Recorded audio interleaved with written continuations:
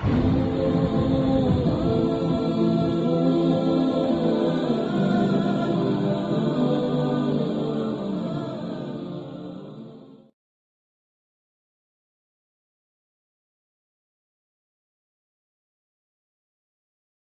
آلہ وصحبہ اجمعین۔ آج 18ویں پارے میں سورۃ المؤمنون سے شروع کریں گے۔ آیت نمبر ہے 78 اور یہ ہے اس سورت کا 7واں پیراگراف، جس میں توحید قدرت و اختیار کی دلائل ہیں اور شرک کا رد بھی کیا گیا ہے، جو کہ وہ لوگ کہا کرتے تھے اللہ تعالیٰ کی اولاد کے حوالے سے، اس کا رد بھی کیا گیا ہے۔ آئیے شروع کرتے ہیں۔ اعوذ باللہ من الشیطان الرجیم۔ وَهُوَ الَّذِي أَنشَأَ لَكُمُ السَّمْعَ وَالْأَبْصَارَ وَالْأَفْئِدَةَ قَلِيلًا مَا تَشْكُرُونَ، اور وہی ہے جس نے تمہارے لیے کان اور آنکھیں اور دل بنائے ہیں، تم لوگ بہت ہی کم شکر ادا کرتے ہو۔ اور اسی نے تمہیں زمین پر پیدا کیا ہے، اسی کے پاس تم سب اکٹھا کیے جاؤ گے۔ اور وہی ہے جو زندگی اور موت دیتا ہے، اسی کے اختیار میں ہے رات اور دن کا ایک دوسرے کے بعد آنا جانا۔ تو کیا تم غور و فکر نہیں کرتے؟ بلکہ یہ لوگ ویسی ہی باتیں کرتے ہیں جیسے اگلے لوگوں نے کی تھی۔ تو یہاں پہ اللہ تعالیٰ نے کئی دلائل دے دیے ہیں۔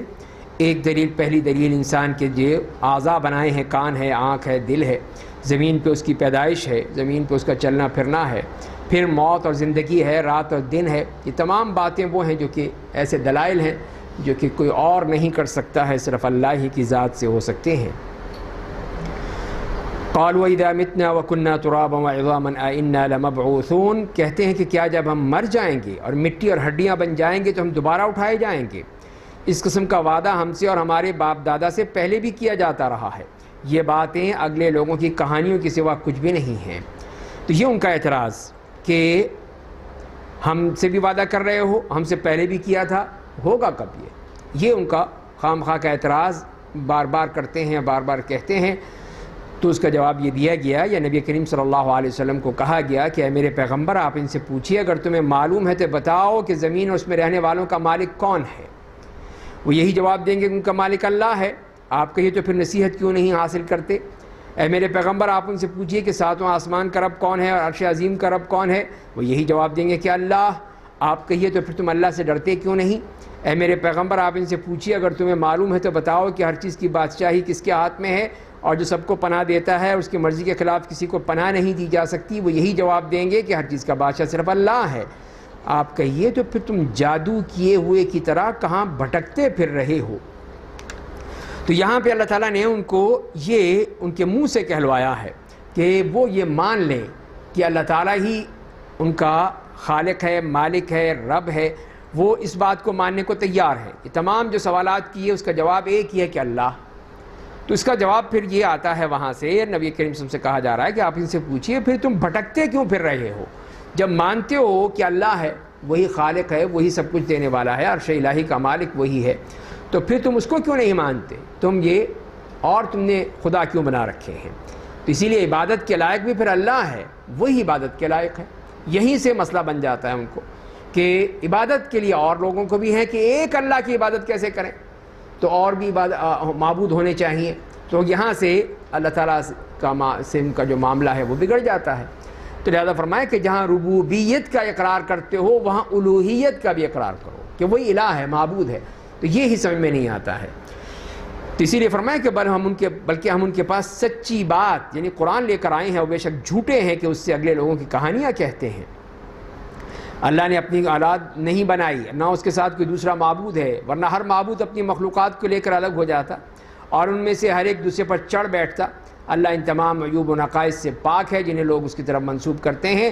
وہ غائب و حاضر کا جاننے والا، پس وہ ان معبودوں سے ہی بلند و بالا ہے جنہیں مشرکین کا شریک ٹھہراتے ہیں۔ تو یہاں پر بھی فرمایا کہ اگر اللہ تعالیٰ کے ساتھ اور کوئی الہ ہوتے اور کوئی معبود ہوتے تو ہر الہ جو ہے وہ اپنی اپنی مملکت لے کے الگ بیٹھ جاتا۔ ہر ایک کہتا کہ یہ میرا علاقہ، یہ تیرا علاقہ، یہاں میں کروں گا، وہاں میں کروں گا، بس ایک وہاں پہ افراتفری مچ جاتی۔ تو لہذا یہ ہو نہیں سکتا تھا۔ تو اسی لیے اللہ تعالیٰ کی ذات اس سے بالکل پاک ہے، اس کا کوئی شریک نہیں ہے اور نہ ہی اس کی کوئی اولاد ہے، نہ بیٹا ہے، نہ بیٹی ہے۔ یہ سب ان مشرکین کی بنائی ہوئی باتیں ہیں۔ اور پھر اس کا آخری پیراگراف میں دعوت کے آداب بیان کر کے شرک کی تردید کی گئی ہے، آیت نمبر 93 سے 118 تک۔ اے میرے نبی آپ کہیے کہ میرے رب جس عذاب کا ان کافروں سے وعدہ کیا جا رہا ہے اگر اسے تو مجھے دکھانا ہی چاہے تو میرے رب مجھے ان ظالموں میں شامل نہ کرنا، اور ہم بے شک اس بات پر قادر ہیں کہ جس عذاب کا ہم نے ان سے وعدہ کر رکھا ہے وہ آپ کو دکھلائیں۔ تو نبی کریم صلی اللہ علیہ وسلم نے پہلے تو اللہ سے یہ دعا کی کہ ظالموں میں مجھ پہ نہ کرنا، یا مجھے ان میں شامل مت کرنا، یعنی عذاب نہ نازل کرنا، جو ان پر نازل ہوگا وہ ہم پر نازل نہ ہو۔ تو اللہ تعالیٰ نے فرمایا کہ اللہ تعالیٰ دکھائیں گے، بس آپ کو دکھا دیں گے، اور یہ ہوا، اللہ تعالیٰ نے دکھا دیا آپ کو۔ تو اے میرے پیغمبر آپ برائی کے بدلے میں وہ کیجئے جو سب سے اچھا ہو۔ کفار آپ کے بارے میں جو کچھ کہا کرتے ہیں ہم اس سے خوب واقف ہیں، اور آپ کہیے کہ اے میرے رب میں تیرے ذریعے شیاطین کے وسوں سے پناہ مانگتا ہوں، اور میرے رب میں تیرے ذریعے اس سے پناہ مانگتا ہوں کہ وہ شیاطین میرے قریب پھٹکیں۔ تو یہ اس تمام چیزیں کہ انہی شیاطین کی وجہ ہی سے مختلف قسم کے وسوسے ذہن میں آتے ہیں، مختلف قسم کی باتیں ذہن میں آتی ہیں، اور جب شیطان سے اللہ کی پناہ میں آ جائیں گے تو پھر یہ سارے مسائل بھی ختم ہو جائیں گے۔ تو اسی لیے آپ سے کہا گیا کہ آپ اللہ کی پناہ میں آ جائیے۔ یہاں تک کہ جب ان کافروں میں سے کسی کی موت قریب ہوتی ہے تو کہنے لگتا ہے کہ میرے رب مجھے دنیا میں دوبارہ لوٹا دے تاکہ جس دنیا کو میں چھوڑ آیا ہوں وہاں جا کر عمل صالح کروں۔ ہرگز نہیں، یہ محض ایک لفظ ہے جسے وہ کہہ رہا ہے، اسے دوبارہ بھی توفیق نہیں ہوگی، اور وہ لوگ جو اپنی موت کے بعد قیامت کے دن تک عالم برزخ میں رہیں گے۔ تو یہ مشرکین کا معاملہ کہ وہ بھی اب سب کچھ دیکھنے کے باوجود اب کہتے ہیں کہ جی ہمیں واپس لوٹا دیں، ایک موقع اور دے دیں، اب جا کے ہم نیک عمل کریں گے جیسے یہاں ذکر فرمایا گیا۔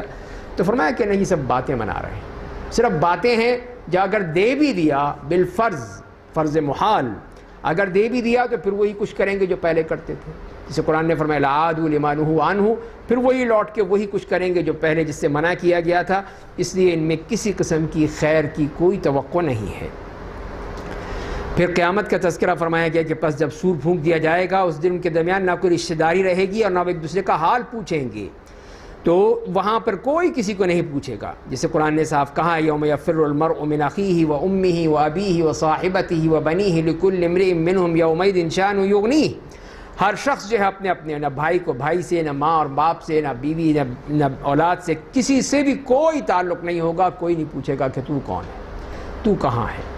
تو فرمایا کہ یہ سب کچھ ختم ہو جائے گا، اور پھر وہاں پہ جو اصل فیصلہ ہوگا وہ فرمایا کہ اور جن کی نیکیوں کا پلڑا ہلکا ہوگا وہی لوگ خسارہ اٹھانے والے ہوں گے اور ہمیشہ کے لیے جہنم میں رہیں گے۔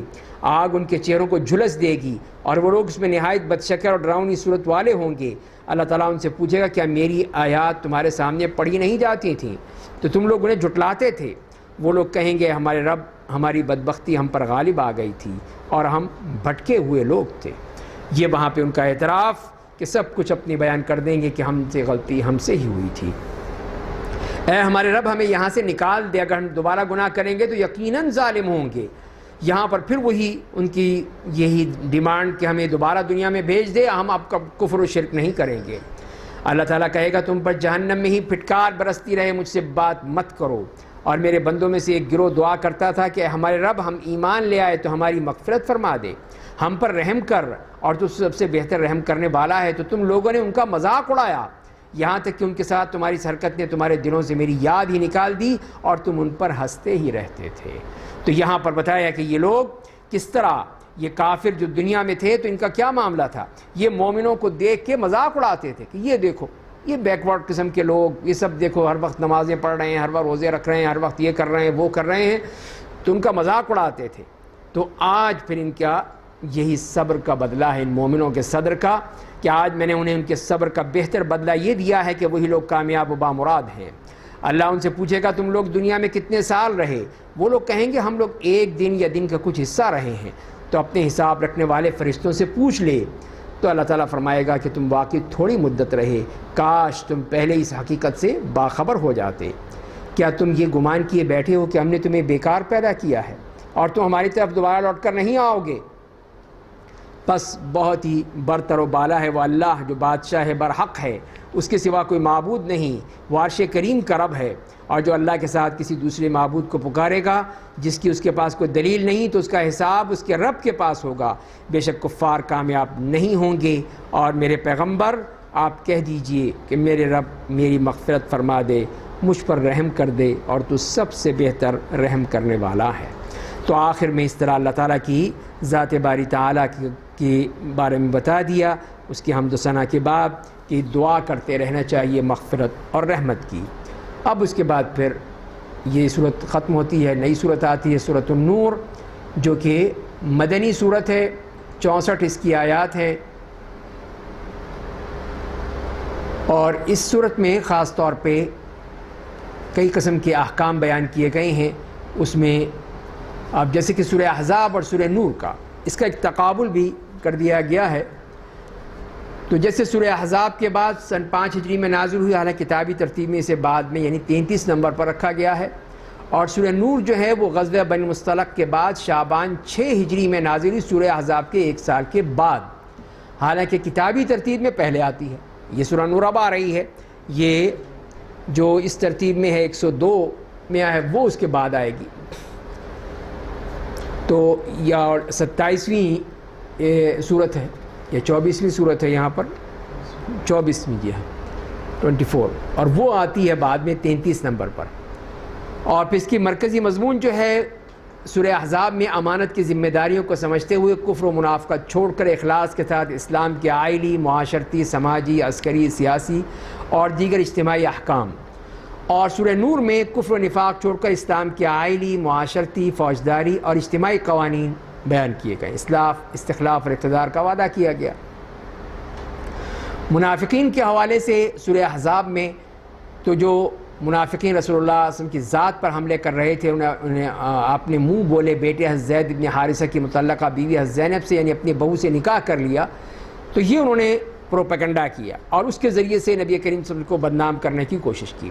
اور یہاں پہ جو منافقین نے وہ کیا کہ آپ صلی اللہ علیہ وسلم کی زوجہ مطہرہ حضرت عائشہ رضی اللہ تعالیٰ عنہ کے خلاف زہریلا پروپیگنڈا کر کے آپ کو سخت تکلیف پہنچائی۔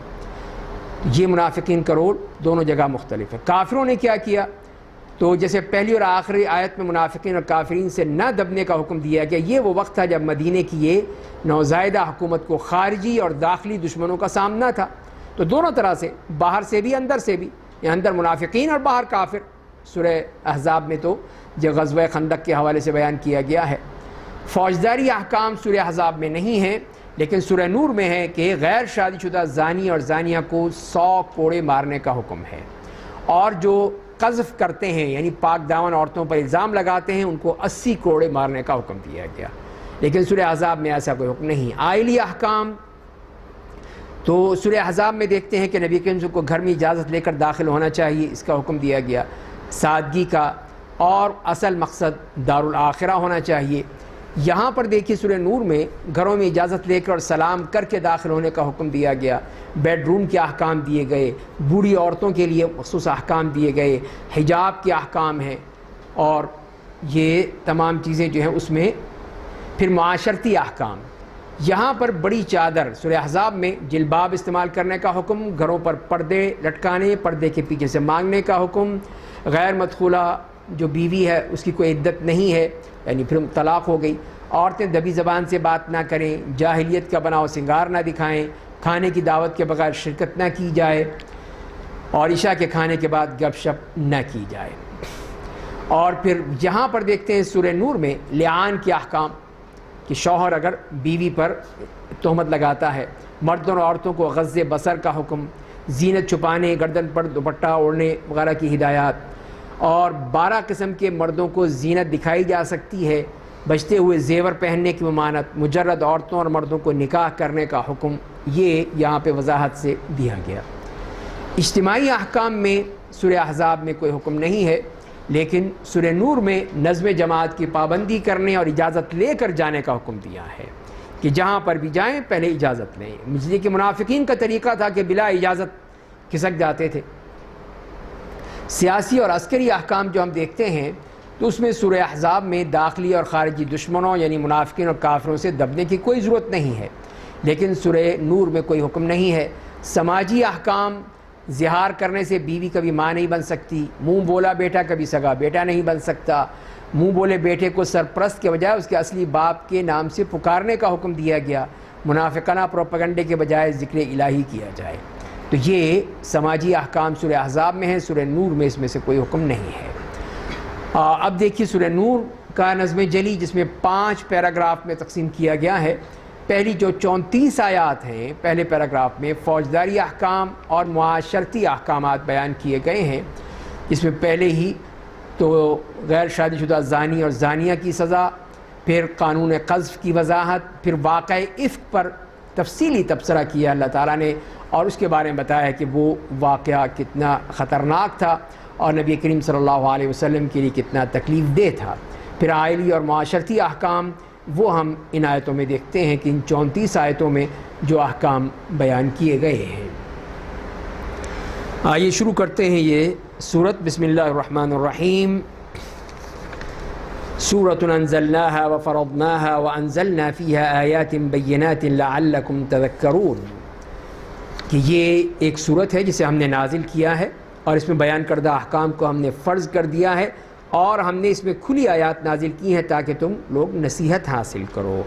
تو یہ سورت کے بارے میں خاص طور پہ کہ اللہ تعالیٰ کی طرف سے نازل ہوئی اور اس میں جو احکام ہیں وہ فرض کر دیے گئے ہیں۔ تو یہ احکام فرض ہو چکے ہیں اللہ کی طرف سے، اس کے باوجود ہم نافذ نہ کریں تو بتائیے پھر ہمارا حشر کیا ہوگا۔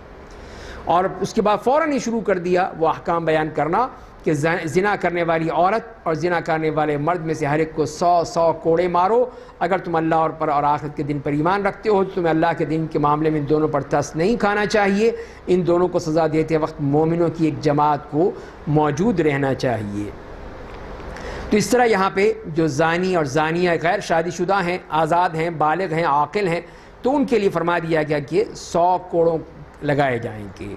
اور اس کے بعد جو دوسری، جیسے کہ حدیث سے معلوم ہوتا ہے کہ باقی جو شادی شدہ زانی ہے یا زانیہ ہے اس کو صرف رجم ہی کیا جائے گا، اس کو کوڑے نہیں لگائے جائیں گے۔ اور جیسے کہ حدیث میں آتا ہے کہ رسول اللہ صلی اللہ علیہ وسلم نے فرمایا ہے کہ مجھ سے حاصل کر لو، مجھ سے حاصل کر لو۔ اللہ نے ان کے لیے راستہ نکال دیا، غیر شادی شدہ زانی اور زانیہ کو 100 کوڑے لگائے جائیں اور 1 سال کے لیے شہر بدر کر دیا جائے، اور شادی شدہ زانی اور زانیہ کو 100 کوڑے لگائے جائیں اور سنسار کر دیا جائے۔ تو یہ بعض لوگوں نے دونوں چیزوں کو لیا کہ کوڑے بھی لگائے جائیں گے اور سنسار بھی کیا جائے گا، اور بعض لوگوں نے دوسری احادیث کی روشنی میں صرف رجم کا حکم لیا کہ ایسی صورت میں اس کو صرف رجم کیا جائے گا۔ اور پھر اس کے بعد ایک اور حکم بیان کر دیا، اس سے مقصود یہ ہے کہ زنا کی قباحت بیان کرنے کے لیے کہ جو زانی مرد ہے، بدکار مرد ہے، بدکار عورت ہے، وہ اس قابل نہیں ہے کہ کوئی آزاد اور شریف آدمی ان سے نکاح کرے۔ زانی مرد صرف زانیہ یا مشرکہ عورت سے نکاح کرے گا، یعنی شرک کے برابر کر دیا کہ وہ زانی عورت یا مشرکہ جو ہیں وہ برابری کی سطح پر ہیں، اور زانیہ عورت سے صرف زانی یا مشرک مرد شادی کرے گا، اور ایمان والوں کے لیے ایسا کرنا حرام قرار دے دیا گیا کہ جو ایمان والے ہیں اس کے لیے جائز نہیں ہے کہ ایسی عورت سے شادی کرے جو بدکار ہو۔ دوسرا حکم دے دیا گیا وہ حد قذف کا، کہ جو لوگ پاک دامن عورتوں پر زنا کی تہمت دھریں پھر 4 گواہ نہ لائیں انہیں تم لوگ 80 کوڑے لگاؤ، اور کبھی ان کی گواہی قبول مت کرو، وہی لوگ فاسق ہیں، سوائے ان لوگوں کے جو اس گناہ کے بعد توبہ کر لیں، اپنی اصلاح کر لیں، تو بے شک اللہ بڑا مغفرت کرنے والا، نہایت رحم کرنے والا ہے۔ تو ایسے لوگوں پر جو فرمایا کہ ان کو 80 کوڑے لگائے جائیں گے، جو کسی بھی پاک دامن عورت ہے اور اس پر الزام لگاتا ہے۔ اسی طرح مرد کے اوپر ہے، لیکن عورت کا معاملہ زیادہ خطرناک ہوتا ہے کہ اگر عورت کے اوپر کوئی تہمت لگاتا ہے تو بیچاری بدنام ہو جاتی ہے، نہ اس سے کوئی شادی کرے گا اور نہ اس سے کوئی بات چیت کرے گا، اس خاندان کو، پورے خاندان کو ہمارے معاشرے میں برا کہنے لگتے ہیں لوگ۔ تو اسی لیے عورت کے حوالے سے زیادہ فرمایا کہ زیادہ خطرناک ہے، لیکن اگر مرد کو بھی اسی طرح کوئی تہمت لگاتا ہے اور خاص طور پہ بدکاری کی تو اس کو بھی ثابت کرنا ہوگا، اگر نہیں ثابت کر سکتا تو 80 کوڑوں کی سزا دی جائے گی۔ اور ایک اور سزا جو فرمایا کہ اس کی شہادت قبول نہیں ہوگی اور وہ فاسق ڈکلیئر ہو جائے گا۔ شہادت قبول نہیں، سوائے ان کے جو توبہ کر لیں اور اصلاح کریں، ان کے معاملے میں اختلاف ہے فقہا میں کہ ان کی لی جائے گی یا نہیں لی جائے گی۔ اب تیسرا حکم آ گیا لعان کے حوالے سے، اور جو لوگ اپنی بیویوں پر زنا کی تہمت لگائیں ان کے پاس ان کے سوا کوئی گواہ نہ ہو تو ایسا آدمی اللہ کی قسم کھا کر 4 مرتبہ گواہی دے کہ وہ بے شک اپنی بات میں سچا ہے، اور 5ویں مرتبہ کہے کہ اگر وہ جھوٹا ہے تو اس پر اللہ کی لعنت ہو، اور بیوی سے یہ بات عذاب کو ٹال دے گی کہ وہ اللہ کی قسم کھا کر 4 مرتبہ گواہی دے کہ بے شک جھوٹا ہے، اور 5ویں مرتبہ کہے کہ اگر وہ سچا ہے تو اس عورت پر اللہ کا غضب نازل ہو. تو یہ ہے وہ لعان کی صورت. تو اس وقت کا اس طرح کا واقعہ ہوا تو آپ نے ان کے بارے میں یہ آیات نازل ہوئی، ان کو بتا دیں کہ یہ معاملہ ہے، اب اس میں تم فیصلہ کر لو کہ تم نے کیا کرنا ہے. تو اگر کوئی غلطی کی ہے تو وہ اعتراف کر لے. اگر عورت نے غلطی کی ہے واقعی لیکن نہیں کی تو پھر یہ آ جاؤ، یا نہیں کرنا چاہتی ہے اعتراف تو ٹھیک ہے، پھر لعان ہوگا اور پھر وہ کبھی بھی شادی نہیں کر سکیں گے، ہمیشہ ہمیشہ کے لیے ایک دوسرے کے لیے حرام ہو جائیں گے. اب نہ وہ مرد اس عورت سے شادی کر سکتا ہے اور نہ وہ عورت کوئی مطالبہ کر سکتی ہے. اور اب یہاں سے پھر حضرت عائشہ کا جو معاملہ تھا واقعہ افک، اس کے بارے میں شروع ہوا ہے، اور یہ 18 آیات میں بتا دیا گیا ہے، اور اس میں صحیح بخاری ہے، صحیح مسلم ہے، سنن کی روایات ہیں، اور بے شمار محدثین نے نقل کیا ہے، اس کو تفصیل سے بیان کیا ہے. اور اس کا جو مختصر ہے کہ سن 6 ہجری میں جب غزوہ بنی مصطلق کے لیے آپ تشریف لے گئے تو واپسی میں مدینہ منورہ کے قریب ایک پڑاؤ ڈالا ایک جگہ پر. تو روانگی سے قبل ام المومنین حضرت عائشہ رضی اللہ تعالی عنہا قضائے حاجت کے لیے کہیں نکلیں، دور گئیں ذرا اپنے قافلے کی جگہ سے، تو ان کا ہار ان کے گلے سے گر پڑا، ہار پہنا ہوا تھا. اور جب انہیں پتہ چلا تو اسی کو تلاش کرنے لگی کہ طرح کہاں گر گیا، راستے میں گر گیا، کہاں گر گیا، اسی میں لگ گئی. اور جب اتنی دیر میں وہ قافلہ والے روانہ ہونے لگے، اور ان کا جو ہودج تھا جس میں وہ بیٹھتی تھیں، تشریف رکھتی تھیں، تو وہ قافلے والے سمجھے کہ وہ بیٹھی ہوں گی، ہلکی پھلکی تو تھیں اور کم سن بھی تھیں، اور اس وقت وہ یہی سمجھے کہ وہ بیٹھی ہیں. انہوں نے نہ پوچھا نہ دیکھا، انہوں نے اٹھا کے لے گئے. اب جب حضرت عائشہ واپس آئیں اپنے اس مقام پر جہاں پہ بیٹھی ہوئی تھیں، وہاں دیکھا تو نہ کوئی بھی نہیں، نہ بندہ کی ذات کوئی بھی نہیں، سب چلے گا. تو اب وہ سمجھ گئی کہ اب جا چکے ہیں، وہ انہوں نے نہیں دیکھا مجھے. تو اب اسی انتظار میں کہ جب وہاں پہنچیں گے اگلے کسی مقام پر تو جب دیکھیں گے تو پھر ظاہر ہے بات ہے کہ پھر وہ تلاش ہوگی. تو پھر بیٹھ گئیں اپنی اسی کہیں پہ سہارا لگا کے، ٹیک لگا کے بیٹھ گئیں. اور پھر وہ ہار بھی وہیں مل گیا، جیسے اونٹ اٹھا تو وہاں پہ ہار بھی مل گیا تھا ان کو. اب انتظار میں کرتی رہیں. تو اس کے بعد پھر صفوان ابن معطل انصاری رضی اللہ تعالیٰ عنہ کا کام تھا کہ وہ پیچھے چلتے تھے. ان کی ڈیوٹی یہی تھی کہ وہ پیچھے چیک کریں کہ کوئی پیچھے تو نہیں رہ گیا ہے، کوئی چیز گر تو نہیں گئی ہے، کوئی سامان تو نہیں رہ گیا کسی کا. تو وہ جب دیکھا کہ آپ بیٹھی ہیں اور آپ کے چہرے سے وہ دوپٹہ یا چادر ہٹ گئی تھی تو جانتے تھے، دیکھے ظاہر ہے پردے کے احکام سے پہلے دیکھا ہوا تھا. تو وہ فوراً کہا کہ انا للہ و انا الیہ راجعون. یہ کیا ہوا کہ آپ پیچھے رہ گئے؟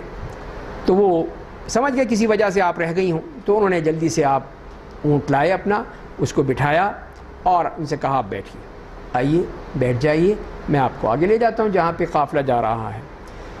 اور اس کے بعد پھر وہ لے گئے اور جہاں تک قافلے کے پاس پہنچ گئے. منافقین کا سردار جو تھا عبداللہ ابن ابی، اس نے دیکھ لیا. ہاں، اس نے پھر کہا اچھا آج یہ بچ کر نہیں آئی، نعوذ باللہ. ان کی ذاتی پاک دامن خاتون. اور اس نے خوب ہوا دی، خوب پروپیگنڈا کیا کہ دیکھو یہ ہو گیا، وہ ہو گیا، اور یہ فلاں کے ساتھ آئی ہے، اور یہ ہو. اس نے خوب جو بھی کر سکتا تھا اپنی خباثت وہ اس نے کی. تو صحابہ اور صحابیات میں سے بھی 4 جو تھے وہ اس سے متاثر ہو کے اس کا ساتھ دینے لگے. انہوں نے بھی ایسی بات کہہ دی جو کہ قذف میں آتی ہے، جس میں زید ابن رفاع، حسان ابن ثابت، مصطح ابن اثاثہ اور حمنہ بنت جاحش تھیں.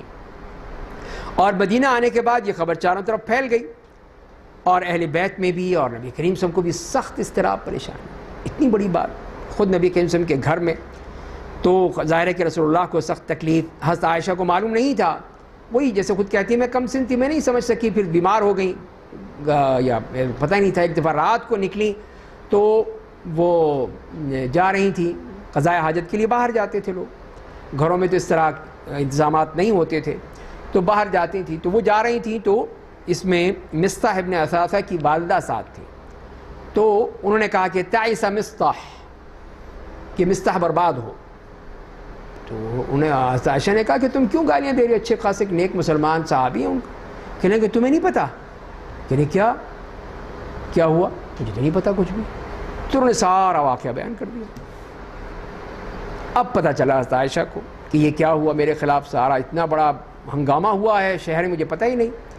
آخر وہ پھر نبی کریم سے انہوں نے اجازت مانگی کہ مجھے اجازت دے دیجئے، میں اپنے گھر جانا چاہتی ہوں۔ گھر آ گئے، اپنی والدہ سے پوچھا یہ کیا معاملہ ہے؟ میں نے کہا ہاں جہاں پہ کئی بیویاں ہوتی ہیں تو یہی مسائل پیدا ہوتے ہیں، صبر کرو بیٹھو۔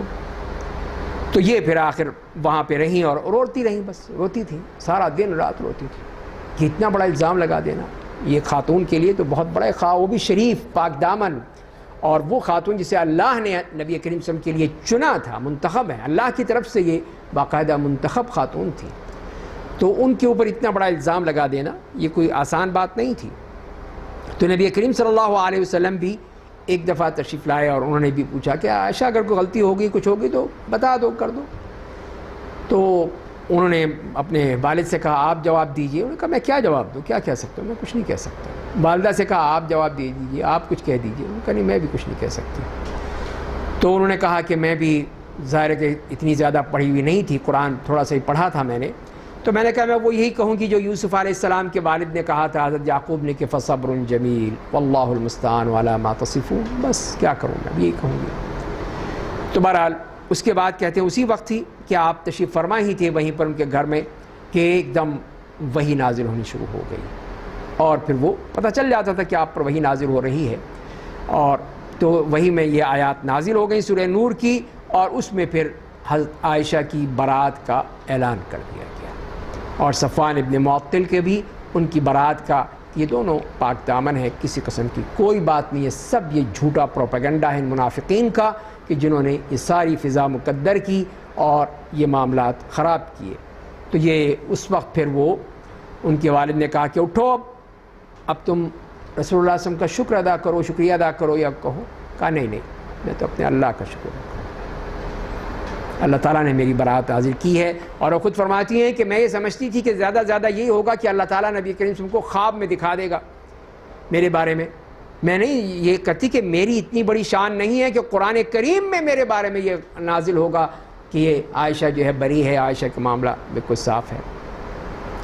تو لیکن اللہ تعالیٰ نے تو قرآن کریم میں آیت فرما دی، سب نازل فرما دیا، یہ بتانے کے لیے کہ اللہ کے ہاں یہ بات کتنی بڑی تھی، کتنا بڑا معاملہ تھا، اور انہی آیات میں اسی کی طرف اشارہ فرمایا گیا۔ اور اللہ تعالیٰ کی طرف سے اس میں دیکھیے کہ کتنے غصے کا اظہار ہے کہ تمہیں یہ بات نہیں کہنی چاہیے تھی، اس قسم کی باتیں، اس قسم کا پروپیگنڈا، افواہ سازی یہ کتنی خطرناک ہوتی ہے، معاشرہ کتنا خراب ہو جاتا ہے۔ تو فرمایا کہ بے شک جن لوگوں نے تہمت لگائی یعنی عائشہ پر، وہ تمہیں میں سے ایک چھوٹا گروہ ہے، تم لوگ اس بہتان تراشی کو اپنے لیے برا نہ سمجھو بلکہ اس میں تمہارے لیے خیر ہے۔ ان میں سے ہر آدمی کو اپنے کیے کے مطابق گناہ ہوگا، اور ان میں سے جس نے افتراء پردازی کی ابتدا کی ہے اس کے لیے بڑا عذاب ہوگا۔ یہ عبداللہ ابن ابی اور اس کے ساتھی منافقین جنہوں نے ابتدا کی تھی ان کے لیے بہت ہی بڑا عذاب ہے۔ جب تم لوگوں نے یہ بات سنی تو مسلمان مردوں اور عورتوں نے اپنے ہی جیسے مسلمان مردوں اور عورتوں کے بارے میں اچھا گمان کیوں نہیں کیا، کیوں نہیں کہہ دیا یہ تو کھلم کھلا بہتان ہے۔ جیسے ایک صحابی نے کہا، وہ اپنی بیوی سے کہا کہ کیا یہ ہو سکتا ہے کہ تمہارے بارے میں کوئی اس قسم کی بات کرے، تو کیا ہو سکتا ہے ایسا؟ کہیں گے نہیں۔ تو کہنے پھر عائشہ کیسے ہو سکتی ہے، عائشہ کیسے اس بات کو کر سکتی ہے، جب میں تمہارے بارے میں یہ نہیں سن سکتا یا یہ تصور نہیں کر سکتا، تو عائشہ جیسی پاک دامن خاتون، اتنی عظمت والی، اتنی عظیم خاتون، اس کے بارے میں کیسے ہو سکتا ہے؟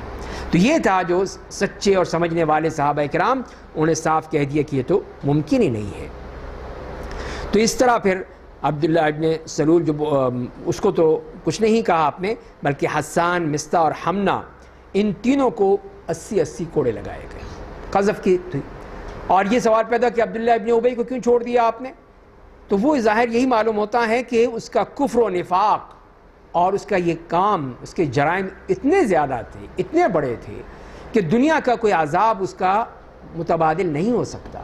اسی لیے اللہ نے اس کو چھوڑ دیا کہ آخرت میں سارا اس کا حساب کتاب ہوگا، اور یہاں پر اگر ایک سزا مل بھی گئی تو وہاں پر اس کا ایک طرح سے تلافی ہو جائے گی، ایک طرح سے وہاں عذاب نہیں ملے گا، تو اس لیے چھوڑ دیا کہ اصل عذاب وہاں پر ملے آخرت میں۔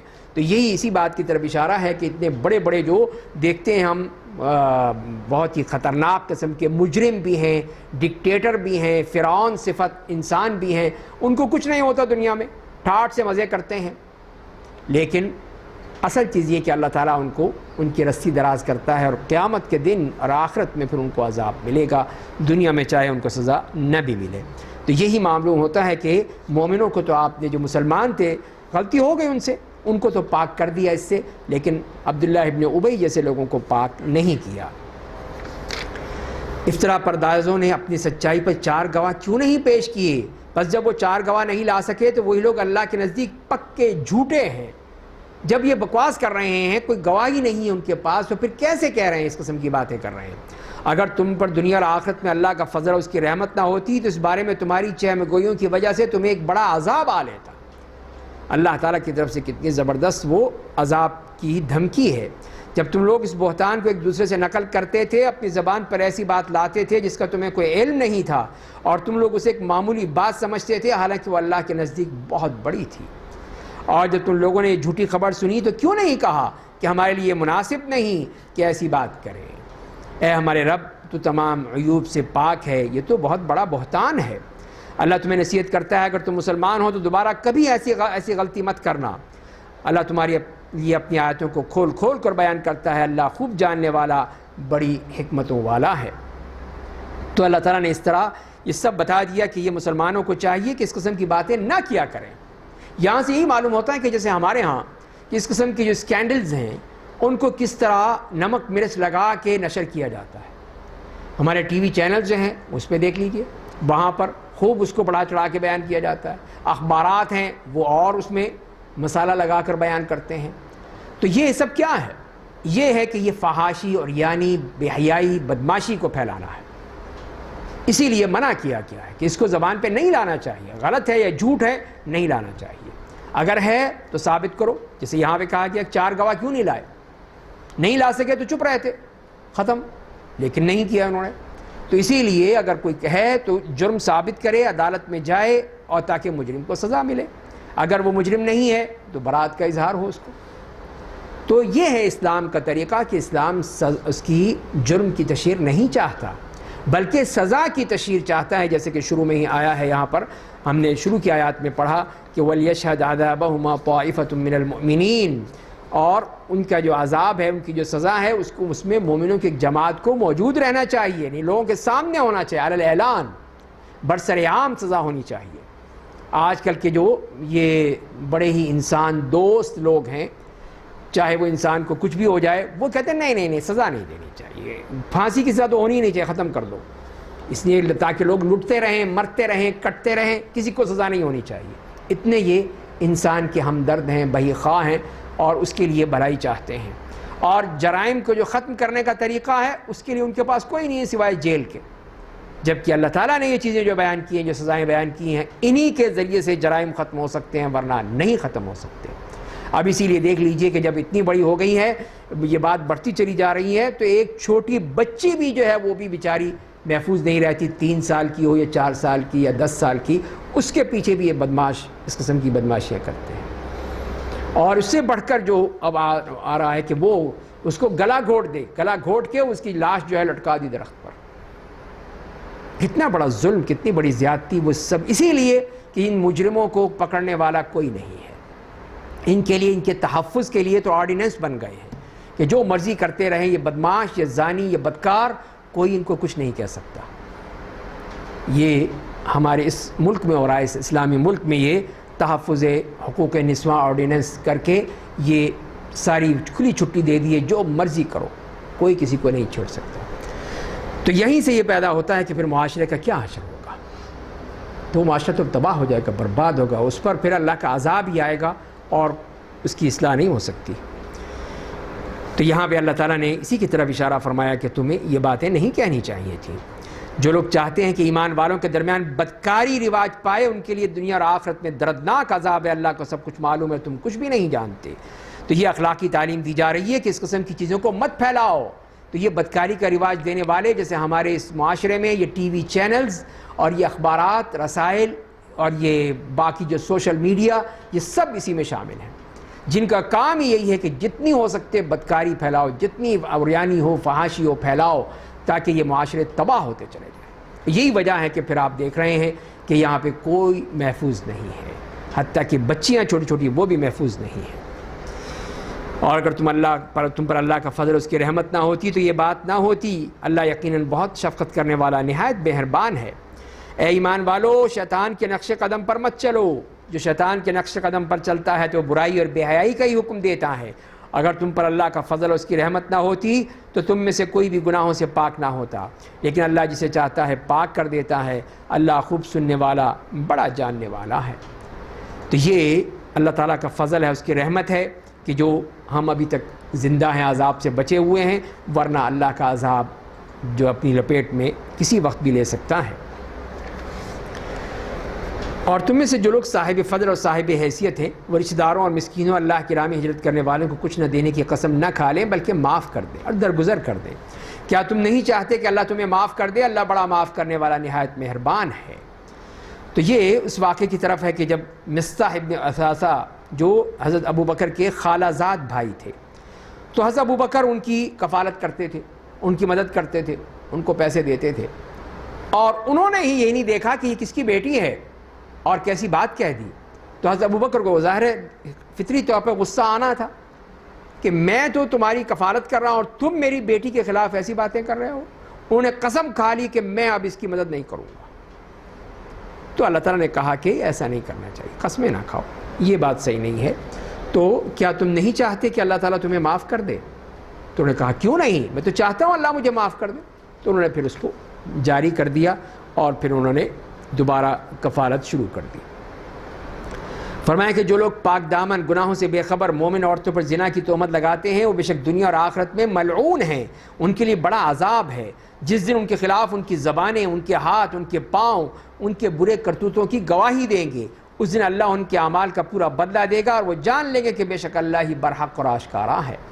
تو یہ ان لوگوں کے بارے میں فرمایا کہ ان کا حشر کیا ہوگا قیامت کے دن، اور فرمایا کہ خبیث عورتیں خبیث مردوں کے لیے اور خبیث مرد خبیث عورتوں کے لیے ہیں، پاک باز عورتیں پاک باز مردوں کے لیے، پاک باز مرد پاک باز عورتوں کے لیے ہیں۔ وہ پاک باز مرد اور عورتیں ان خبیث مردوں اور عورتوں کی بہتان تراشی سے بالکل ہی بری ہیں۔ یہ دیکھیے، یہ ہے برات کا اظہار کہ اللہ تعالیٰ نے صاف کہہ دیا کہ وہ ان سے بالکل بری ہیں، ان کے لیے اللہ کی مغفرت اور عزت کی روزی ہے۔ یہ اللہ تعالیٰ ان کے لیے مغفرت ہے اور رزق کریم جسے فرمایا گیا ہے۔ اور اسی سے حضرت عائشہ صدیقہ رضی اللہ تعالیٰ عنہ اور حضرت صفوان ابن معطل سلمی رضی اللہ تعالیٰ عنہ کی برات اور پاک دامنی کا واضح اعلان ہو گیا، بتا دیا گیا کہ اب ان کا کوئی بھی اس معاملے سے تعلق ہی نہیں ہے۔ اس کے بعد پھر مزید احکام آ رہے ہیں جس میں خاص طور پہ جیسے ہم نے بات ہوئی کہ آئلی اور معاشرتی احکام ہیں۔ تو اے ایمان والو، اپنے گھروں کے سوا دوسرے گھروں میں مت داخل ہو یہاں تک کہ اطمینان حاصل کر لو، ان گھر والوں کو سلام کر لو، اور ایسا کرنا تمہارے لیے زیادہ بہتر ہے تاکہ تم نصیحت حاصل کرو۔ تو یہ کسی کے گھر میں بے دھڑک داخل ہو جانا اس سے منع فرمایا کہ یہ کسی طور پہ بھی جائز نہیں ہے، بلکہ اجازت لے کر سلام کر کے، اور سلام بھی 3 مرتبہ اجازت لی جائے، اگر اجازت مل جائے تو آ جائے داخل ہو جائے، ورنہ واپس چلا جائے۔ تو یہ اسی بات کی طرف اشارہ ہے کہ اجازت کی ضرورت ہے۔ پس اگر تم میں سے کسی کو نہ پاؤ تو جب تک تمہیں اجازت نہ مل جائے ان میں داخل مت ہو۔ اگر تم سے کہا جائے کہ واپس چلے جاؤ تو واپس چلے جاؤ، تمہارے لیے یہی عمل پاکیزہ ہے، اللہ تمہارے اعمال سے خوب واقف ہے۔ تو یہ احکام بتا دیے تاکہ اس قسم کی پرابلمز ہی پیدا نہ ہوں۔ ان گھروں میں داخل ہونے میں تم پر کوئی گناہ نہیں جو غیر آباد ہے، جن میں تمہارے مال و اسباب رکھے ہوں، اور جو کچھ تم ظاہر کرتے ہو جو چھپاتے ہو اللہ ان کی خبر رکھتا ہے۔ تو یہاں سے وہ ہیں کہ ان گھروں میں داخل جن کے اندر رہائش پذیر نہ ہو کوئی بھی، لیکن ظاہر جیسے ہوٹلز ہیں، ریسٹورانٹ ہیں، دکانیں ہیں، تجارتی جگہ ہیں، وہ کوئی رہائش کی جگہ نہیں ہے، تو وہاں داخل ہو سکتے ہیں آپ، بغیر اجازت کے بھی داخل ہوا جا سکتا ہے، تو اس میں کوئی حرج نہیں ہے۔ لیکن جہاں پر کسی کی رہائش ہے وہاں پہ بغیر اجازت کے ہم داخل نہیں ہو سکتے۔ اس کے بعد پھر ایک اور حکم دیا گیا اگلی آیات میں کہ اے میرے نبی، آپ ایمان والوں سے کہہ دیجئے کہ اپنی نگاہیں نیچے رکھیں، اپنی شرمگاہوں کی حفاظت کریں، ایسا کرنا ان کے لیے زیادہ بہتر ہے، بے شک وہ لوگ جو کچھ کرتے ہیں اللہ تعالیٰ اس سے پوری طرح باخبر ہے۔ تو اس کے دے دیے حجاب اور نظر کی خاص طور پہ حفاظت، مردوں کے لیے بھی اور عورتوں کے لیے بھی دونوں طرح حکم دیا گیا کہ وہ اپنی نظروں کی حفاظت کریں اور اپنی شرمگاہوں کی حفاظت کریں تاکہ یہ معاشرہ جو ہے یہ پاک رہے۔ اور اے میرے نبی آپ ایمان والی عورتوں سے کہہ دیجئے وہ اپنی نگاہیں نیچی رکھیں، اپنی شرمگاہوں کی حفاظت کریں۔ تو عورتوں کو بھی یہی حکم دیا گیا، ان کے لیے نہیں جائز ہوگا کہ وہ جو مرضی جس کو دیکھیں، ان کے لیے بھی پابندی ہے، جیسے مردوں کے لیے ہے اسی طرح عورتوں کے لیے۔ مزید عورتوں کے لیے اور احکام دے دیے گئے کہ اپنی زینت کو ظاہر نہ کریں سوائے اس کے جو ظاہر رہتی ہو، اپنے اپنے گریبانوں پر اپنی اوڑیاں ڈال رکھیں۔ تو زینت سے مراد یہ ہے کہ وہ جو ظاہری چیز ہوتی ہے، جیسے برقع ہے، اوڑھنی کا ظاہری حصہ ہے، تو یہ چیزیں جو ہیں یہ ہیں جو ظاہر ہوتی ہیں، اور اسی سے بھی کوئی چیز ظاہر ہو جائے تو اس پہ کوئی مواخذہ نہیں ہے، ہاتھ ظاہر ہو جائیں یا ایک دم ہوا آ گئی تو اندرونی کپڑے ظاہر ہو گئے تو وہ اس پہ کوئی حرج نہیں ہے، جیسے فرمایا گیا ہے الا ما ظہر منہا، جو خود بخود ظاہر ہو جائے۔ لیکن اس کے علاوہ جو ہے زینت کو ظاہر نہیں کر سکتی ہیں۔ تو جو ظاہری زینت ہے اس میں چہرہ بدرجہ اولا آتا ہے۔ وہ جو کہتے ہیں کہ جی چہرے کی کوئی پردہ نہیں ہے، چہرہ اور ہاتھ پاؤں کھول سکتے ہیں، ہاتھ کھول سکتی ہیں، تو وہ تو اس میں آتی ہے۔ سب سے پہلے تو چہرے کا ہی معاملہ ہے۔ چہرے کو ہی دیکھ کے کہتے ہیں کہ کوئی اچھی ہے یا بدصورت ہے، خوبصورت ہے، یہ ہے وہ ہے، جو بھی کرتے ہیں تو چہرے کو دیکھ کر کرتے ہیں۔ کوئی اس کے پاؤں نہیں دیکھتا کہ پاؤں میں کیا ہے، پاؤں کیسے ہیں، خوبصورت ہیں یا بدصورت ہیں، ہاتھ کو دیکھ کر نہیں کوئی کہتا، اصل تو چہرہ ہے۔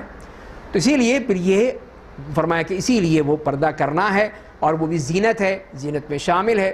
تو ظاہری زینت جو اس کی ہے وہی مراد ہے، اور اسی کو پھر ڈھانپنے کا حکم دیا گیا ہے۔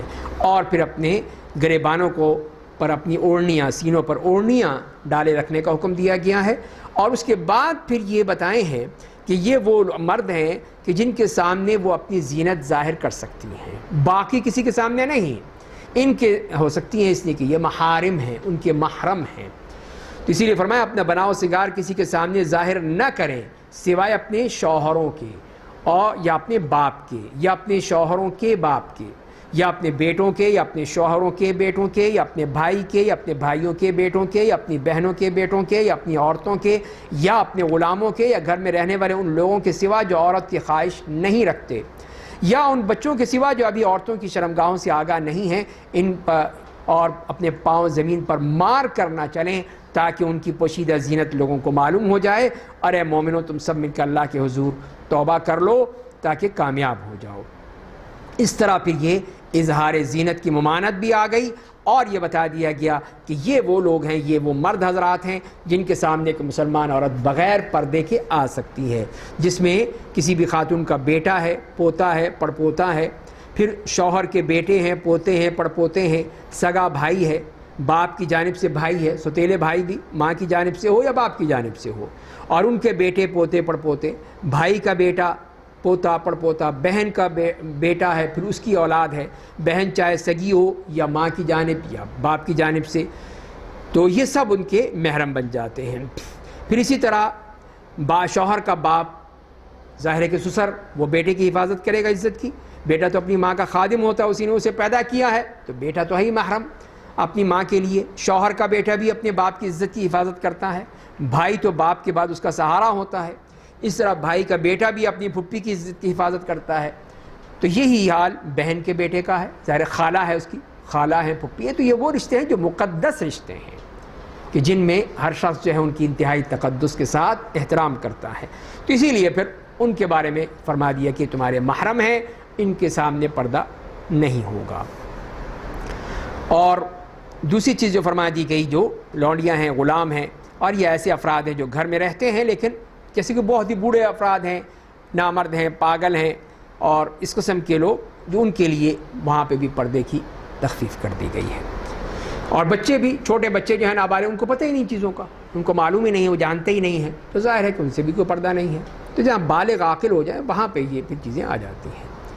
اور پھر ساتھ ساتھ یہ کہہ دیا گیا کہ اپنے پاؤں جو ہیں وہ زور زور کے نہ چلیں، پاؤں مار مار کے، اس لیے کہ اگر پاؤں میں کچھ پہنا ہوا، جیسے پازیب پہنتی ہیں یا اور قسم کی کوئی چیز پہنتی ہیں، تو اس کی آواز وہ بھی پردہ ہے، اس کا بھی پردہ ہے، اس کو نہیں کرنا چاہیے لوگوں کے سامنے۔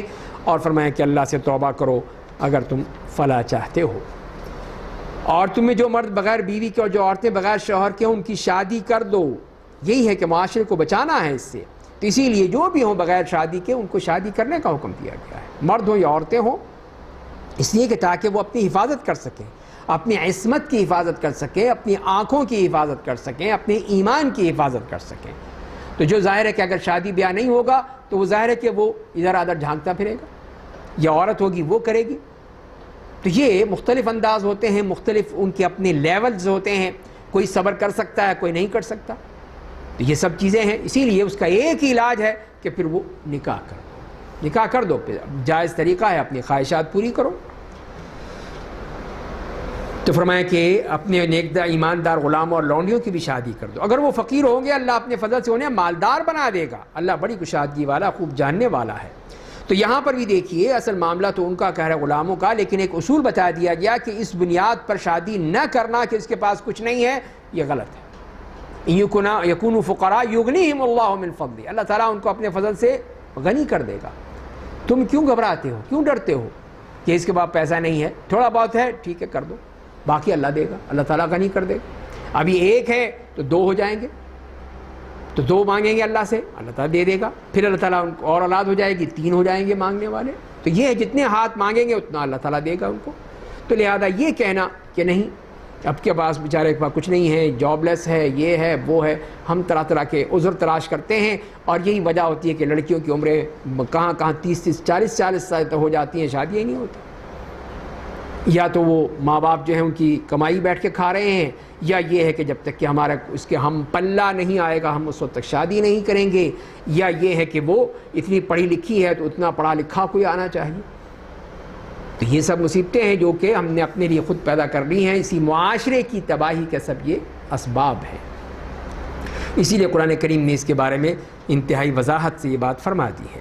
اور ہم نے تمہارے لیے کھلی آیات تم سے پہلے جو لوگ گزر چکے ہیں ان کے واقعات اور پرہیزگاروں کے لیے نصیحت حاصل کی ہے۔ تو اس طرح یہ تمام جو معاشرتی احکام ہیں وہ بیان کیے، اور اس کے بعد پھر آیات نمبر 35 سے 40 تک مومن اور کافروں کے اعمال کو انتہائی خوبصورت مثال سے واضح کیا گیا ہے کہ مومنوں کے پاس نور علی نور ہوتا ہے، روشنی پر روشنی، اور کافروں کے لیے ظلمات بعضها فوق بعض، اندھیروں پر اندھیرے ہی اندھیرے۔ تو ظاہر ہے کہ پھر وہ کہاں چل سکیں گے۔ فرمایا کہ اللہ آسمان اور زمین کا نور ہے، اس کے نور کی مثال ایک طاق کی ہے جس میں ایک چراغ ہے، چراغ شیشے کی قندیل میں ہے، قندیل گویا ایک چمکدار ستارہ ہے۔ وہ چراغ زیتون کے کیسے مبارک درخت کے تیل سے روشن کیا جاتا ہے، نہ مشرقی ہے نہ مغربی، قریب ہے کہ اس کا تیل خود ہی روشنی دینے لگے، چاہے آگ اسے نہ بھی چھوئے، نور ہی نور ہے۔ اللہ اپنے نور سے فائدہ اٹھانے کے لیے جس کی چاہتا ہے رہنمائی کرتا ہے، اللہ لوگوں کے لیے مثالیں بیان کرتا ہے، اللہ ہر چیز کا پورا علم رکھتا ہے۔ تو یہاں پہ مثال دی ہے جیسے کسی دیوار میں ایک طاق ہو، اس طاق میں ایک چراغ ہو، چراغ ایک بلوری شیشے کا ہو، اور شیشہ اتنا صاف اور شفاف ہو، چمکدار ہو، جیسے موتی کے مانند چمکتا ہوا ستارہ، اتنا شفاف۔ اور اس چراغ کا تیل زیتون کے ایسے درخت کا ہو جو بیچ باغ میں اونچی جگہ پر ہو، جیسے جس پر سارا دن دھوپ پڑتی رہتی ہو۔ تو یہ ظاہر ہے کہ وہ تیل بھی زبردست ہوگا، پھر انتہائی صاف شفاف۔ تو اس کو آگ روشن کرنے سے پہلے ہی تیل سے ایسی روشنی پھوٹتی ہے کہ وہ روشن کر دیتی ہے۔ تو یعنی وہ چراغ کیا ہے؟ نور ہی نور ہے، روشنی ہی روشنی ہے۔ اسی طرح اللہ کا نور بھی روشنی ہی روشنی ہے، اور وہ پھیلتی ہی چلی جاتی ہے، وہاں ظلمت و تاریکی کا نام و نشان تک نہیں ہے۔ تو یہ اللہ تعالیٰ نے مثال دے کر بتایا ہے کہ اس طرح یہ اللہ کا نور جو کہ آسمان و زمینوں کا اس کا نور ہے۔ اور آپ یہی دعا کیا کرتے تھے جیسے کہ دعا میں آتا ہے اللہم لک الحمد انت قیم السماوات والارض انت نور السماوات والارض ومن فیہن۔ تو یہ اللہ نبی کریم صلی اللہ علیہ وسلم بتایا ہے کہ یہ اللہ تعالیٰ آسمان و زمین کا نور ہے۔ اور فرمایا کہ وہ چراغ ایسے گھروں میں ہے جن کے بارے میں اللہ کا حکم ہے کہ ان کی قدر و منزلت کی جائے، ان میں صرف اسی کا نام لیا جائے۔ ان گھروں میں یعنی مسجدوں میں صبح و شام اس کی تسبیح ایسے لوگ پڑھتے رہتے ہیں۔ تو یہ ان لوگوں کی جو کہ اس نور کو جانتے ہیں، نور کو پہچانتے ہیں، اور پھر اللہ کا ذکر کرتے ہیں، یہ ہیں وہ اللہ کے نیک بندے ہیں۔ اور جہاں تک کہ اللہ کے نور کا تعلق ہے، اس کے بارے میں آپ نے فرمایا کہ اس کا حجاب نور ہے، اگر وہ اس حجاب کو ہٹا دے تو اس کے چہرے کے انوار، اس کی جہاں تک اس کی نگاہ پڑے اس کے تمام مخلوقات کو جلا کے ختم کر دے، کوئی برداشت نہیں کر سکتا۔ اس کی مثال اللہ تعالیٰ نے خود دے دی جب موسیٰ علیہ السلام نے کہا کیا ہے ربی ارنی انظر الیک، تو اللہ تعالیٰ نے فرمایا کہ نہیں تم نہیں دیکھ سکتے، برداشت ہی نہیں کر سکتے۔ اور پھر پہاڑ کو ایک تجلی دکھائی ایک لمحے سے بھی کم کے عرصے میں تو وہ درزہ رضا ہو گیا، نہیں برداشت کر سکا۔ تو یہی ہے کہ اللہ تعالیٰ کے یہ نور، اگر وہ اپنا یہ نور ہٹا دے تو اس کے جو انوار ہیں اس سے پوری وہ کائنات جل کے راکھ ہو جائے۔ اور پھر ایک اور حدیث میں بھی آتا ہے کہ حضرت ابوذر کہتے ہیں میں نے رسول صلی اللہ علیہ وسلم سے پوچھا کیا آپ نے اپنے رب کو دیکھا ہے؟ تو آپ نے کہا وہ تو نور ہے، میں اسے کیسے دیکھ سکتا ہوں؟ نور انا اراہ۔ تو یہ ہے کہ وہ نور جو اب وہاں پہ آخرت میں ہی ہوگا، جب جنت میں لوگ چلے جائیں گے تو اس وقت پھر اللہ تعالیٰ وہ اپنا حجاب ہٹا دیں گے اپنے چہرے سے، اور پھر وہ سارے یہ مومن جنتی وہ اپنے رب کا نظارہ کریں گے۔ وجوہ یومئذ ناظرۃ الی ربہا ناظرہ، جسے قرآن نے کہا ہے۔ اللہ تعالیٰ ہمیں بھی نصیب فرمائے۔ فرمایا کہ جنہیں کوئی تجارت اور کوئی خرید وہ اللہ کی یاد سے اور نماز قائم کرنے سے اور زکوٰۃ دینے سے غافل نہیں کرتی ہے، وہ اس دن سے ڈرتے ہیں جب مارے دہشت کے لوگوں کے دل اور ان کی آنکھیں الٹ جائیں گی، تاکہ وہ لوگ جو نیک کام کرتے ہیں اللہ انہیں اس کا سب سے اچھا بدلہ دے اور اپنے فضل سے انہیں زیادہ بھی دے۔ اللہ جسے چاہتا ہے بے حساب روزی دیتا ہے۔ تو یہ ان کے بارے میں فرما دیا کہ یہ لوگ جو نیک، یہ ہے ان کی صفات، کہ کوئی بھی چیز، دنیا کی کوئی چیز ان کو غافل نہیں کرتی اپنے اللہ سے، اللہ کے ذکر سے، وہ ہمیشہ اسی میں لگے رہتے ہیں۔ اور کافروں کے اعمال کسی چٹی اور میدان میں سراب چمکتی ہوئی ریت کے مانند ہے، جسے پیاسا پانی سمجھتا ہے، یہاں تک کہ جب اس کے پاس آتا ہے تو وہ کچھ بھی نہیں پاتا۔ وہ بیچارہ بھاگا ہوا آتا ہے کہ یہاں پانی، ٹھاٹھے مارتا ہوا پانی ہے، جب وہاں پہنچتا ہے تو وہ کچھ بھی نہیں، وہاں تو ریت ہی ریت ہے، سراب۔ اور وہاں اللہ کو پاتا ہے جو اس کے اعمال کا پورا حساب اسے چکا دیتا ہے۔ اللہ بڑا تیز حساب لینے والا ہے۔ یا ان کے اعمال کسی گہرے سمندر کی اندرونی تاریکیوں کے مانند ہیں جنہیں موج نے ڈھانک رکھا ہے، اس کے اوپر ایک دوسری موج، جس کے اوپر بادل، گویا اوپر تلے صرف تاریکیاں ہی تاریکیاں ہیں۔ اگر آدمی اپنا ہاتھ نکالے تو اسے دیکھ نہ پائے، جسے اللہ نہ نور عطا کرے اسے کہیں سے نور نہیں مل سکتا۔ تو یہ ان کافروں کے اعمال کہ جو کہ ظلمات بعضها فوق بعض یا سراب ہے، بس دور سے نظر آ رہی ہیں، جب قریب پہنچے تو کچھ بھی نہیں۔ یہ کافروں کے اعمال کا یہ اصل طریقہ ہے یا اس کی تصویر ہے، وہ بیان کر دی اللہ تعالیٰ نے۔ تو اے میرے نبی آپ دیکھتے نہیں کہ آسمان و زمین میں پائی جانے والی تمام مخلوقات اور فضا میں پر پھیلا کر اڑتی ہوئی چڑیاں، یہ پرندے سب اللہ کی تسبیح بیان کرتے ہیں۔ ہر مخلوق اپنی نماز اور اپنی تسبیح کو جانتی ہے۔ اللہ ان سب کے اعمال سے خوب واقف ہے۔ آسمان و زمین کی بادشاہت صرف اللہ کے لیے جو سب کو اللہ ہی کے پاس لوٹ کر جانا ہے۔ تو کیا آپ دیکھتے نہیں کہ اللہ بادلوں کو ایک دوسرے کی طرف چلاتا ہے، پھر انہیں آپس میں جوڑتا ہے، پھر انہیں تہ بتہ بناتا ہے، پھر آپ بارش کو اس کے درمیان سے نکلتا ہوا دیکھتے ہیں۔ اللہ آسمان میں موجود اولوں کے پہاڑوں سے اولے برساتا ہے، یا پہاڑ جیسے بادلوں سے اولے برساتا ہے، بس وہ جس پر چاہتا ہے اسے گرا دیتا ہے، جس سے چاہتا ہے اسے ہٹا دیتا ہے۔ بادل کی بجلی کی چمک اتنی تیز ہوتی ہے جیسے وہ آنکھوں کی روشنی اچک لے جائے گی۔ تو یہاں پر بھی اللہ تعالیٰ کی یہ آفاقی دلائل دیے گئے ہیں کہ یہ سب اللہ تعالیٰ کے ہاتھ میں ہے، اس کی ذات کے سب کرشمے ہیں، اسی کی قدرت ہے کہ وہ کس طرح یہ تمام چیزیں پیدا کرتا ہے۔ اللہ رات اور دن کو بدلتا رہتا ہے، بے شک اس میں بصیرت والوں کے لیے بڑی عبرت ہے۔ اللہ نے ہر جانور کو پانی سے پیدا کیا ہے، بس ان میں سے بعض اپنے پیٹ پر بل چلتے ہیں یعنی گھسٹتے ہوئے، اور ان میں سے بعض 2 پاؤں پر چلتے ہیں، بعض 4 پاؤں پر چلتے ہیں۔ اللہ جو چاہتا ہے پیدا کرتا ہے، بے شک اللہ ہر چیز کی قدرت رکھتا ہے۔ تو یہ بھی اس کی قدرت کا مظہر کہ یہ تمام قسم کی جانور جو اللہ نے پیدا کیے ہیں، اور وہ کس طرح کوئی پیٹ کے بل ہے جیسے سانپ ہے، مچھلیاں ہیں، 2 پاؤں پر ہیں جیسے کہ انسان ہیں، پرندے ہیں، 4 پاؤں پر ہیں جیسے یہ چوپائے ہیں، جانور ہیں، درندے ہیں، یہ سب 4 پاؤں پر ہیں۔ تو یہ سب اللہ تعالیٰ کی تخلیق ہے، جس طرح چاہے وہ پیدا کر دے۔ اس کے بعد آیت نمبر 47 میں سے 57 تک پھر مومن اور منافقوں کی صفات بیان کر کے تقابل پیش کیا گیا ہے کہ ان کے درمیان کیا فرق کیا ہے۔ اور منافق کہتے ہیں کہ ہم اللہ اور رسول پر ایمان لے آئے، ہم نے اطاعت قبول کر لی ہے، اس کے بعد ان میں ایک کا ایک گروہ منہ پھیر لیتا ہے، اور وہ لوگ کبھی ایمان لانے والے نہیں تھے۔ اور جب انہیں اللہ اور اس کے رسول کی جانب بلایا جاتا ہے تاکہ ان کے درمیان فیصلہ کر دے تو ان کا ایک گروہ منہ موڑ کر چل دیتا ہے، ہم نہیں مانتے۔ اور اگر وہ حق بجانب ہوتے ہیں تو اس کے پاس اطاعت گزار بن کر آ جاتے ہیں، تو اچھا ٹھیک ہے، اس لیے کہ ہمارا حق ہے، مل جائے گا۔ کیا ان کے دلوں میں نفاق کی بیماری ہے، یا انہیں آپ کی نبوت میں شبہ ہے، یا انہیں ڈر ہے کہ اللہ اور کے رسول ان پر ظلم کرے گا، بلکہ وہ لوگ خود اپنے آپ پر ظلم کرنے والے ہیں۔ تو یہی کی منافقین کی صفات میں جو بیان کیا گیا ہے کہ ان کو باتیں بناتے ہیں، تو یہ آخر یہ مسئلہ کیا ہے، کیوں کرتے ہیں آخر؟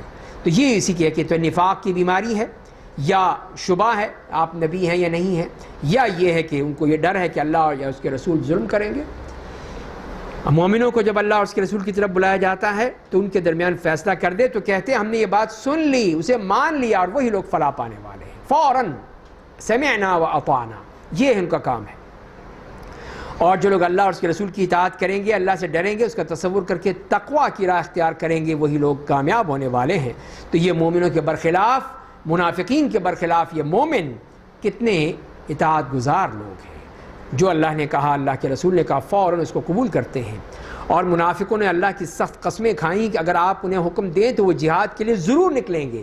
آپ ان سے کہہ دیجئے کہ قسمیں مت کھاؤ، فرما برداری تو خود معلوم ہو جاتی ہے، بے شک اللہ تمہارے کارناموں سے خوب واقف ہے۔ جیسے کہ سورہ توبہ میں ہم پڑھ چکے ہیں کہ وہاں پہ قسمیں کھا کھا کر وہ کہا کرتے تھے کہ ہم نے یہ کیا، ہم یہ کریں گے، ہم یہ سب، وہ اپنے عذر بیان کر رہے تھے۔ تو یہاں پر بھی یہی فرمایا گیا کہ انہیں قسمیں کھائی تھی کہ ہم جہاد پہ نکلیں گے، جائیں گے، لیکن جب جہاد کا وقت آیا گھر بیٹھ گئے، عذر تراشنے لگے۔ تو فرمایا کہ آپ کہیے کہ اللہ کی اطاعت کرو اور رسول کی اطاعت کرو، پس اگر تم لوگ روگردانی کرو گے تو رسول پر تبلیغ کرنا لازم ہے، جس کی ذمہ داری ان کے سر ڈال دی گئی، تم پر اسے قبول کرنا لازم ہے جس کی ذمہ داری تم پر ہے۔ رسول کا کام پہنچانا، تمہارا کام قبول کرنا، عمل کرنا۔ اور اگر تم لوگ ان کی اطاعت کرو گے تو راہ راست پر آ جاؤ گے، اور رسول کی ذمہ داری تو صرف پیغام کو واضح طور پر پہنچا دینا ہے۔ تم میں سے جو لوگ ایمان لائے انہوں نے رسول کی ذمہ داری تو صرف انہوں نے عمل صالح کیا، اللہ نے ان سے وعدہ کیا ہے کہ انہیں زمین میں خلیفہ بنا دے گا۔ زمین میں خلافت کس کو ملے گی وہ بتایا جا رہا ہے، جیسا کہ ان سے پہلے کے لوگوں کو بنایا تھا، اور جس دین کو ان کے لیے پسند کیا اسے ثابت و راسخ کرے گا، ان کے خوف و ہراس کو امن سے بدل دے گا۔ وہی لوگ صرف میری ہی عبادت کریں گے جس کسی چیز کو میرا شریک نہیں بنائیں گے، اور جو لوگ اس کے بعد کفر کی راہ اختیار کریں گے وہی لوگ فاسق ہیں۔ تو اس طرح اللہ تعالیٰ نے رسول اللہ صلی اللہ علیہ وسلم سے وعدہ کیا ہے کہ وہ ان کی امت کو زمین کا وارث بنائے گا، خوف کی حالت بدل کر کے انہیں امن اور حکومت عطا کرے گا۔ تو یہ اللہ تعالیٰ نے جیسے کہ پچھلی قوموں کے ساتھ کیا جنہوں نے یہ نیک عمل کیے، اسی طرح یہ وعدہ ہے کہ اللہ تعالیٰ بھی تمہارے ساتھ بھی ایسا ہی کرے گا۔ فرمایا کہ وَأَقِيمُوا الصَّلَاةَ وَآتُوا الزَّكَاةَ وَأَطِيعُوا الرَّسُولَ لَعَلَّكُمْ تُرْحَمُونَ، اور مومنوں تم لوگ نماز قائم کرو، زکوٰۃ ادا کرو، رسول کی اطاعت کرو تاکہ تم پر رحم کیا جائے۔ آپ یہ ہرگز نہ سمجھیں کہ کفار ہمیں زمین میں ہی عاجز بنا دیں گے، ان کا ٹھکانہ تو جہنم ہے اور وہ بہت بری جگہ ہے۔ اور آخری پیراگراف میں متفرق اجتماعی اور معاشرتی احکامات بیان کیے گئے ہیں جیسے کہ شروع میں آئے ہیں۔ یہاں پہ یہ فرمایا کہ اے ایمان والو، تمہارے غلام اور لونڈیاں، تمہارے نابالغ بچے تمہارے پاس آنے کی تم سے 3 وقتوں میں اجازت لیں، حتیٰ کہ بیڈ روم کی پرائیویسی کا بھی خیال رکھا گیا ہے کہ صرف گھر کی نہیں، پچھلی آیتوں میں آپ پڑھ چکے ہیں گھر کے بارے میں کہ بغیر اجازت کے مت داخل ہو، سلام کیے مت داخل ہو۔ اور یہاں پر یہ ہے کہ بیڈ روم جو ان کی پرائیویسی ہے میاں بیوی کی، اس کا بھی خیال رکھا جائے اور بچوں کو تربیت دی جائے، بچوں کو بتایا جائے۔ تو یہاں پہ کہا گیا کہ وہ 3 اوقات ہیں، فجر کی نماز سے پہلے، دوپہر کے وقت جب تم اپنے کپڑے اتار کر آرام کرتے ہو، عشاء کی نماز کے بعد۔ تو یہ تو تمہارے 3 پردے کے اوقات ہیں، 3 الگ الگ، اور یہ اوقات ہیں۔ ان کے علاوہ اوقات میں نہ تم پر کوئی گناہ ہے نہ ان پر، تم لوگ ایک دوسرے کے پاس کثرت سے آتے جاتے ہو، اللہ اسی طرح تمہارے لیے اپنی آیتیں بیان کرتا ہے، اللہ بڑا جاننے والا، بڑی حکمتوں والا ہے۔ تو یہ 3 ہیں، اس میں خیال رکھو کہ اس میں جو بھی ہے اجازت لے۔ خاص طور پہ جو بتا دیا ان بچوں کو اور غلام اور لونڈیوں کو کہ یہ اجازت لے کے کمرے میں آئیں، بغیر اجازت کے نہ آئیں۔ اور تمہارے بچے جب بلوغت کو پہنچ جائیں تو تم سے اجازت لیں، جس طرح ان سے پہلے کے لوگ اجازت لیتے رہے۔ اللہ اپنی آیتوں کی اسی طرح تمہارے لیے بیان کرتا ہے، اللہ بڑا جاننے والا، بڑی حکمتوں والا ہے۔ ایک اور حکم دیا، اور وہ بوڑھی عورتیں جنہیں نکاح کی خواہش نہ رہی ہو، ان کے لیے گناہ کی بات نہیں ہے کہ وہ اپنے دوپٹے وغیرہ اتار کر رہیں، بشرطے کہ اپنی زینت نہ دکھاتی پھریں، اس سے بھی پرہیز کریں تو ان کے لیے بہتر ہے، اللہ بڑا سننے والا، خوب جاننے والا ہے۔ تو یہ ظاہر ہے کہ رخصت دے دی گئی کہ ایسی جو بڑی خواتین ہیں، شادی بیاہ کا مسئلہ ہی کوئی نہیں ہے، تو وہ اگر اس میں ان کی تخفیف اتنی ہو گئی ہے تو یہ اس میں کوئی مسئلہ نہیں ہے۔ پھر مزید جو حکم فرمایا گیا، کوئی حرج کی بات نہیں، نہ اندھے کے لیے، نہ ننگڑے کے لیے، نہ بیمار کے لیے، نہ خود تمہارے لیے کہ اپنے گھروں سے کھاؤ، یا ماں باپ کے گھروں سے، یا اپنی ماؤں کے گھروں سے، یا اپنے بھائیوں کے گھروں سے، یا اپنی بہنوں کے گھروں سے، یا اپنے چچا کے گھروں سے، یا اپنی پھپھیوں کے گھروں سے، یا اپنے ماموں کے گھروں سے، یا اپنی خالاؤں کے گھروں سے، یا ان گھروں سے جن کی چابیاں تمہارے اختیار میں ہوں، یا اپنے دوستوں کے گھروں سے۔ کوئی حرج نہیں، تم سب مل کر کھاؤ یا الگ الگ کھاؤ، بس جب تم گھروں میں داخل ہو تو اپنے لوگوں کو سلام کہو، جو اللہ کی جانب سے مبارک اور پاکیزہ سلام ہے۔ اللہ تعالیٰ تمہارے لیے اپنی آیتوں کو اسی طرح بیان کرتا ہے تاکہ تم سمجھو۔ تو یہ بتا دیا گیا اس معاملے میں کہ ظاہر ہے کہ اب کی ضرورت ہوتی ہے، انسان کبھی یا تو گھر والے نہیں ہیں یا وہ کہیں جا رہا ہے، تو اب اس کے لیے کن گھروں سے کھا سکتا ہے، کن سے نہیں کھا سکتا ہے، تو اس کے بارے میں آیت نے وضاحت کر دی کہ یہ وہ گھر ہیں جہاں پہ اگر تمہارا ایک طرح سے حق موجود ہے وہاں جا سکتے ہو، کھا سکتے ہو، کوئی مسئلہ نہیں ہے، اس میں کوئی پریشانی نہیں ہے۔ تو یہ اس بات کے احکام بتا دیے گئے ہیں، اور یہ بھی کہا گیا ہے کہ جب بھی جاؤ تو سلام کرو، اللہ کی طرف سے یہ سلامتی کا اعلان ہے، سلام کرو اور پھر جا کے ان سے جو رہنا سہنا یا کھانا پینا ہے تم کر سکتے ہو۔ مومنوں کو ایک اور بات بیان کی گئی کہ وہ بھی جب جائیں تو رسول اللہ سے اجازت لے کر جائیں، محفل میں بیٹھے ہوں تو اجازت لے کر جائیں۔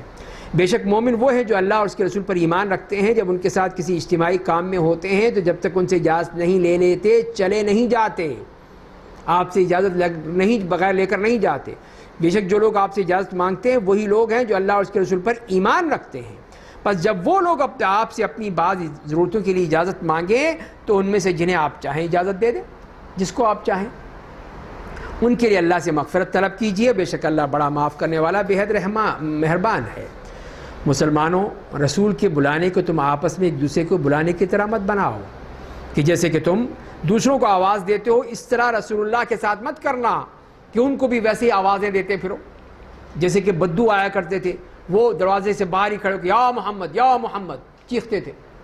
تو اللہ تعالیٰ نے فرمایا کہ یہ کیا بدتمیز لوگ ہیں، احترام کریں نبی کریم صلی اللہ علیہ وسلم کی ذات ہے، جیسے سورہ حجرات میں ہے کہ آپ کی اتنی مقدس ذات کو اس طرح پکارتے ہیں، یہ غلط بات ہے۔ تو اسی لیے یہاں پہ بھی کہا گیا کہ جیسے تم آپس میں ایک دوسرے کو بلاتے ہو اس طرح رسول اللہ کے ساتھ مت کرو۔ اللہ تم میں سے ان لوگوں کو خوب جانتا ہے جو نظر بچا کر آہستگی کے ساتھ چلے جاتے ہیں، کھسک لیتے ہیں۔ بس جو لوگ رسول اللہ کے حکم کی مخالفت کرتے ہیں انہیں ڈرنا چاہیے کہ ان پر کوئی بلا نہ نازل ہو جائے یا کوئی دردناک عذاب نہ انہیں آ گھیرے۔ تو یہ ہے سنت کی مخالفت کا عذاب، اس کی سزا، کہ جو رسول اللہ کا حکم ہے اگر جو نہیں مانے گا کیا ہوگا؟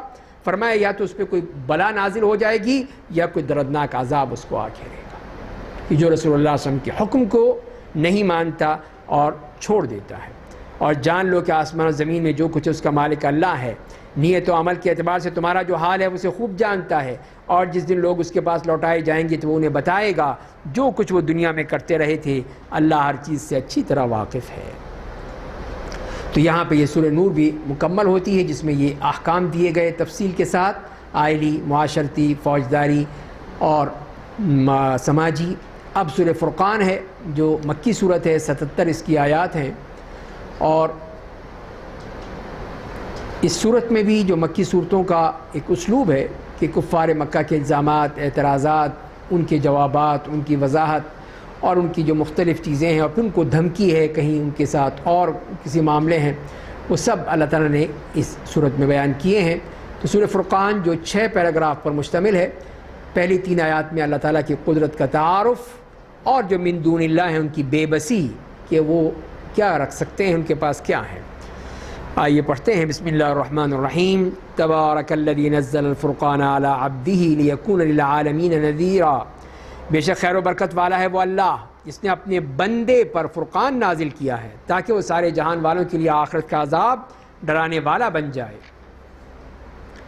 الذی لہ ملک السماوات والارض، وہ اللہ جو آسمان و زمین کا مالک ہے، جس نے اپنی کوئی اولاد نہیں بنائی ہے، جس کی بادشاہت میں اس کا کوئی شریک نہیں ہے، جس نے ہر چیز کو پیدا کیا ہے، پھر اسے عین غیر ذو غائط کے مطابق بنایا ہے۔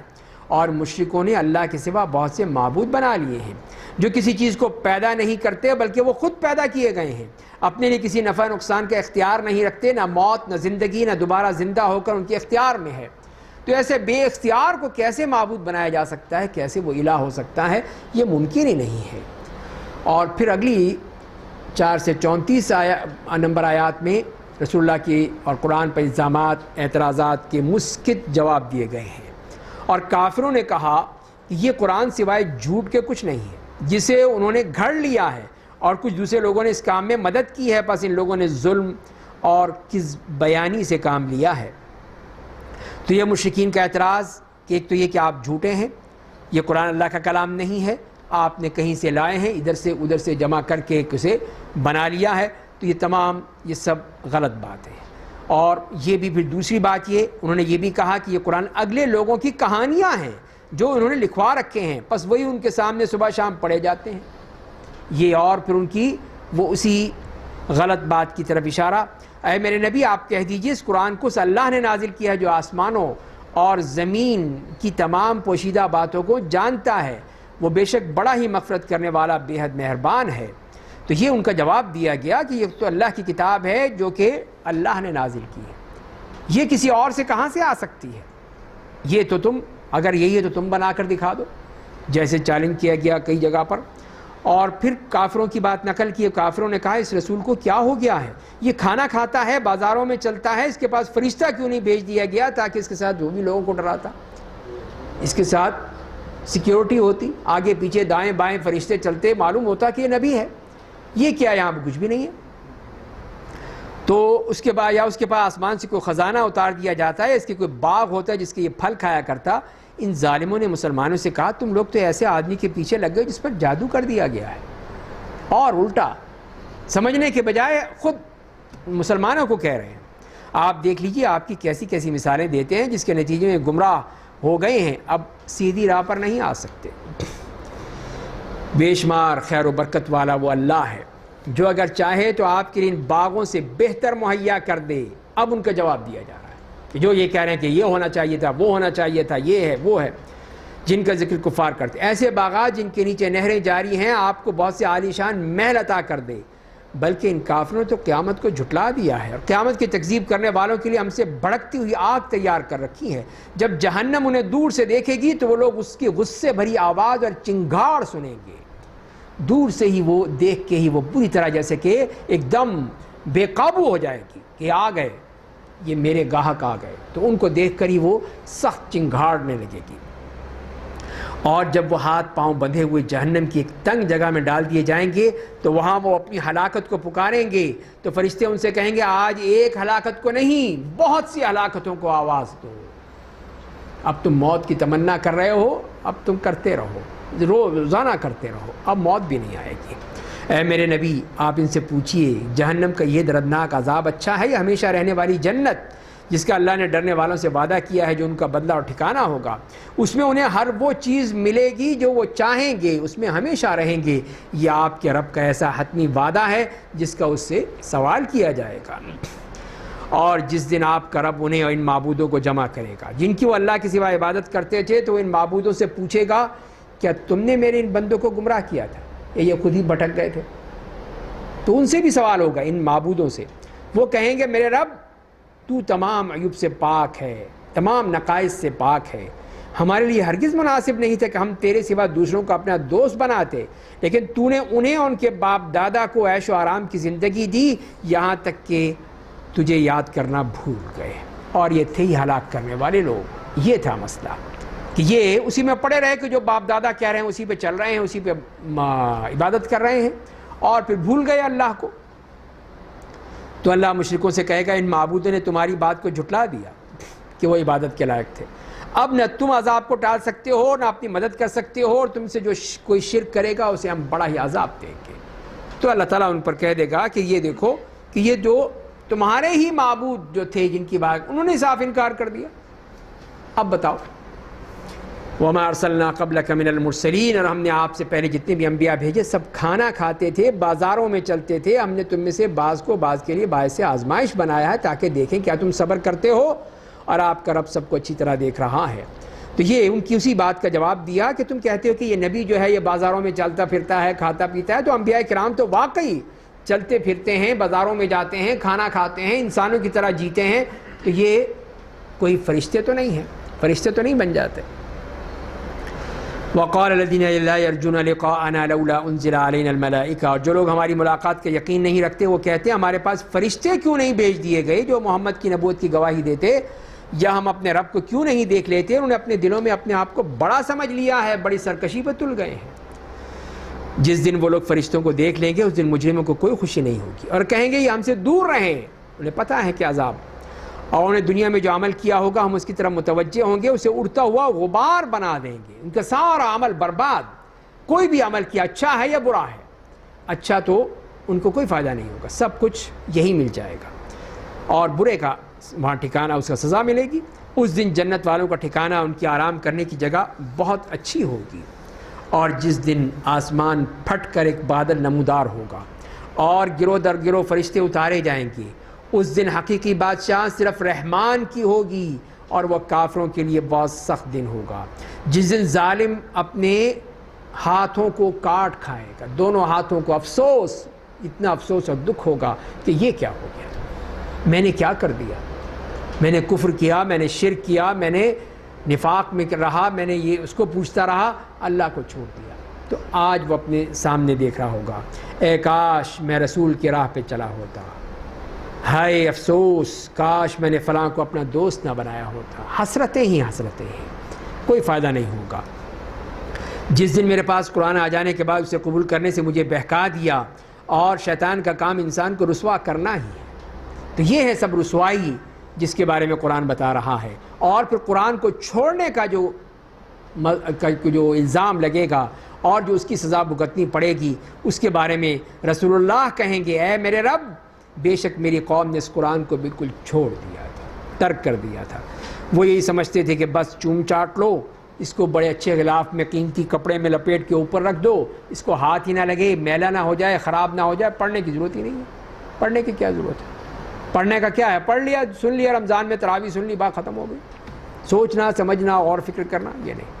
بس ہم نے قرآن کو یہی سمجھ لیا کہ بس یہ ایک مقدس کتاب ہے، تقدس ہے، چوم چاٹ لو، کوئی مر جائے تو قرآن خوانی کرا لو، کوئی قول و قرار ہو تو اس پہ قسمیں کھا لو، بچی چاہے جس نے ساری زندگی نہ پڑھا ہو اس کو قرآن کے سائے کے نیچے سے نکال کے بھیج دو. یہ سب پرائیں انہی کی لے کے ہندوؤں کی اور دوسروں کی رسمیں لے کر ہم نے بھی بنا لی قرآن کے ساتھ. تو یہ قرآن اس لیے آیا تھا، تو اسی لیے پھر اللہ تعالیٰ کے سامنے شکایت ہو جائے گی. نبی کریم صلی اللہ علیہ وسلم ہمارا شکوہ کر دیں گے. تو بتائیے ہم کیا جواب دیں گے؟ ہمارا جواب کیا ہوگا؟ اور اسی طرح ہم نے ماضی میں ہر نبی کا مجرموں میں سے ایک دشمن بنا دیا تھا، اور آپ کا رب بحیثیت ہادی و مددگار کافی ہے. اور اہل کفر کہتے ہیں اس پر پورا قرآن ایک ہی بار کیوں نہیں اتار دیا گیا، اکٹھا ہی آ جاتا ایک دفعہ، جان چھوٹتی. اس طرح بتدریج اس لیے اتارا گیا تاکہ ہم اس کے ذریعے آپ کے دل کو تقویت پہنچائیں گے، اور اس لیے ہم نے آپ کو تھوڑا تھوڑا پڑھ کر سنایا ہے. تو یہ اس لیے دو چیزیں بتا دی، ایک تو آپ کو تقویت حاصل ہو، مسلسل رابطہ ہے آپ کا اللہ تعالیٰ کے ساتھ. ہر وقت آپ کو یہ ہے کہ اب آئے گی بات، اب جبریل آ رہے ہیں، اب قرآن آ رہا ہے، ہر وقت اسی میں ہے، ایک اتصال ہے، ایک ربط ہے، ایک لنک ہے. اسی لیے آپ کو کوئی اکتاہٹ نہیں ہوتی تھی، کوئی پریشانی نہیں ہوتی تھی. یہی توقع ہوتی تھی کہ اللہ تعالیٰ میری اس مصیبت میں میری مدد فرمائیں گے. اور دوسری بات یہ ہے کہ بتدریج کہ جیسے معاملات ہوں ویسے احکام آ گئے، پہلے سے آ جائیں تو پھر کیا ہوگا؟ پھر پتہ ہی نہیں چلے گا یہ کیوں نازل فرمایا اللہ تعالیٰ نے.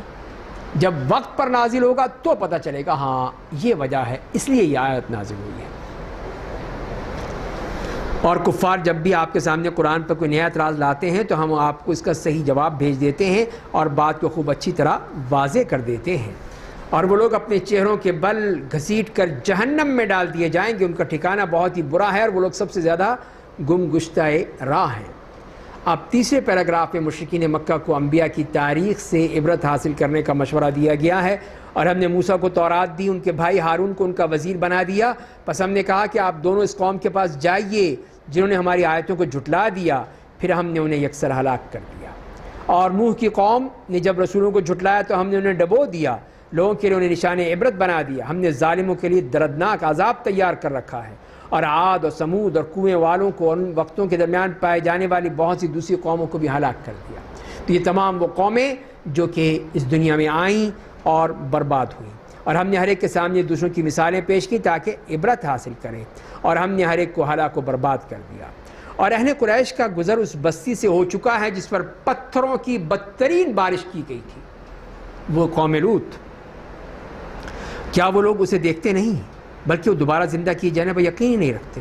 اور کفار مکہ کو جب بھی آپ دیکھتے ہیں تو آپ کا مذاق اڑاتے ہیں، کہتے ہیں کیا یہی ہے وہ آدمی جسے اللہ نے رسول بنا کر بھیجا ہے؟ حقارت کے ساتھ۔ قریب تھا کہ یہ شخص ہمیں ہمارے معبودوں سے دور کر دیتا اگر ہم ان کے بارے میں ثابت قدم نہ رہے ہوتے۔ جب وہ لوگ عذاب کو اپنی آنکھوں سے دیکھ لیں گے تو انہیں معلوم ہو جائے گا کہ کون سب سے زیادہ گمراہ تھا، اس وقت پتہ چلے گا۔ ابھی تو بڑے آرام سے کہہ دیتے ہیں نا کہ یہ دیکھو، مذاق اڑاتے ہیں، اس وقت پتہ چلے گا۔ ارائیت من اتخذ الہہ ہواہ، کیا آپ نے اس شخص کو دیکھ لیا جس نے اپنی خواہش نفس کو اپنا معبود بنا لیا؟ کیا آپ اس کے ذمہ دار ہیں؟ کیا آپ کا خیال ہے کہ ان میں سے اکثر لوگ سنتے یا سمجھتے ہیں؟ وہ تو چوپایوں کے مانند ہیں بلکہ ان سے بھی زیادہ گمراہ ہیں۔ تو یہ ان لوگوں کے بارے میں کہ جو کہ اس طرح اپنی خواہشات نفس کے پیچھے بھاگے جا رہے ہیں۔ چوتھے پیراگراف میں پھر قرآن نے جو دلائل دیے ہیں، آفاق میں، انفس میں دعوت تبلیغ کا جہاد کبیر برپا کرنے کی ہدایت کی گئی، کافروں کو آگے نہ جھکنے کی ہدایت کی گئی، دلائل آفاق سے توحید و آخرت پر استدلال کیا گیا۔ فرمایا کہ آپ نے اپنے رب کو دیکھا نہیں، وہ کس طرح سائے کو پھیلاتا ہے، اگر وہ چاہتا تو اسے ساکن بنا دیتا، ہم نے آفتاب کو اس سائے کی پہچان بنا دیا ہے۔ تو سورج جیسے ہی نکلتا ہے اس کے سایہ تیز ہوتا ہے، پھر جیسے اوپر جاتا ہے سایہ کم ہوتا چلا جاتا ہے، ایک دم بالکل جب بیچ میں آتا ہے تو سایہ ہوتا ہی نہیں، پھر جب مغرب کی طرف جاتا ہے پھر سایہ بڑھنا شروع ہو جاتا ہے، بڑھتے جب کہ آخر تک پہنچتا ہے تو سایہ پھیلتا چلا جاتا ہے یہاں تک کہ رات آ جاتی ہے۔ تو یہ اللہ تعالیٰ نے کس طرح اس کی پہچان بتا دی، اور اسی کے ذریعے سے ہم تمام فائدے اٹھاتے ہیں، نمازوں کے اوقات کا تعین کرتے ہیں، یہ اسی سائے سے اور اسی سورج کے ذریعے سے۔ پھر ہم نے اسے اپنی طرف آہستہ آہستہ سمیٹ لیتے ہیں، اور اسی نے تمہارے لیے رات کو لباس اور نیند کو راحت کا سبب بنایا ہے، دن کو جی اٹھنے اور چلنے پھرنے کے لیے بنایا ہے۔ وہی ہوا کو باران رحمت سے پہلے خوشخبری کے طور پر بھیجتا ہے، اور ہم ہی آسمان سے پاک کرنے والا پانی بھیجتے ہیں تاکہ اس کے ذریعے مردہ بستی کو زندہ کر دیں، اور اسے اپنی مخلوقات میں سے بہت سے چوپائیں اور انسانوں کو پلائیں۔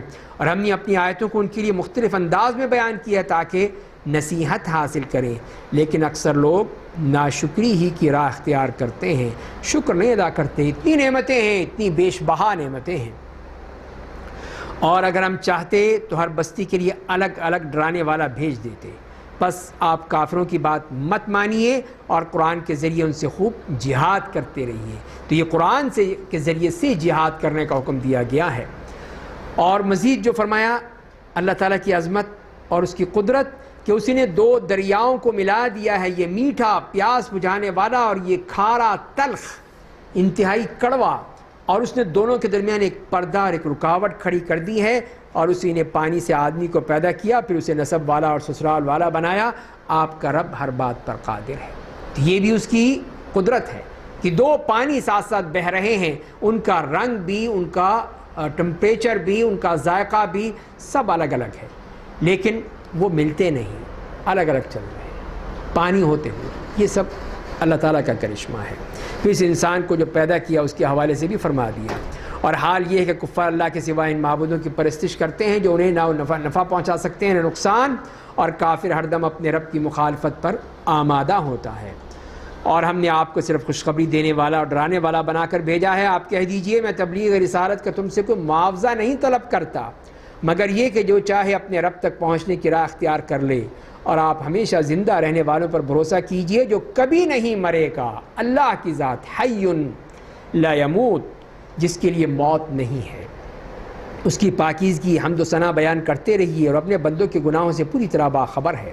اور اس کی قدرت یہ بھی کہ جس نے آسمان اور زمین کو ان کے درمیان پائے جانے والی تمام اشیاء کو 6 دنوں میں پیدا کیا، پھر عرش پر مستوی ہو گیا۔ بس آپ ان کی تفصیلات اس اللہ سے پوچھئے جو ہر بات کی خبر رکھتا ہے۔ اور جب کافروں سے کہا جاتا ہے کہ رحمان کے لیے سجدہ کرو، تو وہ کہتے ہیں کہ رحمان کون ہے؟ کیا ہم اس کو سجدہ کریں جس کا سجدے کا تم ہمیں حکم دیتے ہو؟ اور اس بات سے وہ اور زیادہ بدکنے لگتے ہیں۔ وَإِذَا قِيلَ لَهُمُ اسْجُدُوا لِلرَّحْمَنِ قَالُوا وَمَا الرَّحْمَنُ أَنَسْجُدُ لِمَا تَأْمُرُنَا وَزَادَهُمْ نُفُورًا۔ تو یہاں پر یہ سجدہ تلاوت ہے،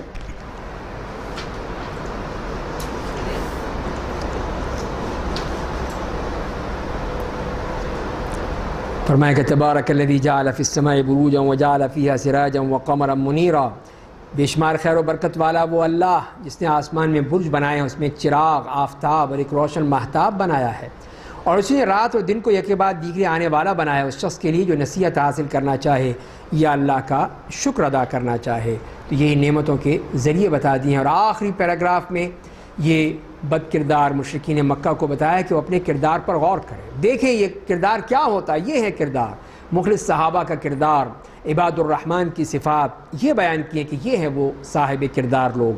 اور رحمان کے نیک بندے وہ لوگ ہیں جو زمین پر نرمی اور عاجزی کے ساتھ چلتے ہیں، اور جب نادان لوگ ان کے منہ لگتے ہیں تو سلام کر کے گزر جاتے ہیں۔ کوئی تکبر نہیں، کوئی غرور نہیں، نرمی اور عاجزی۔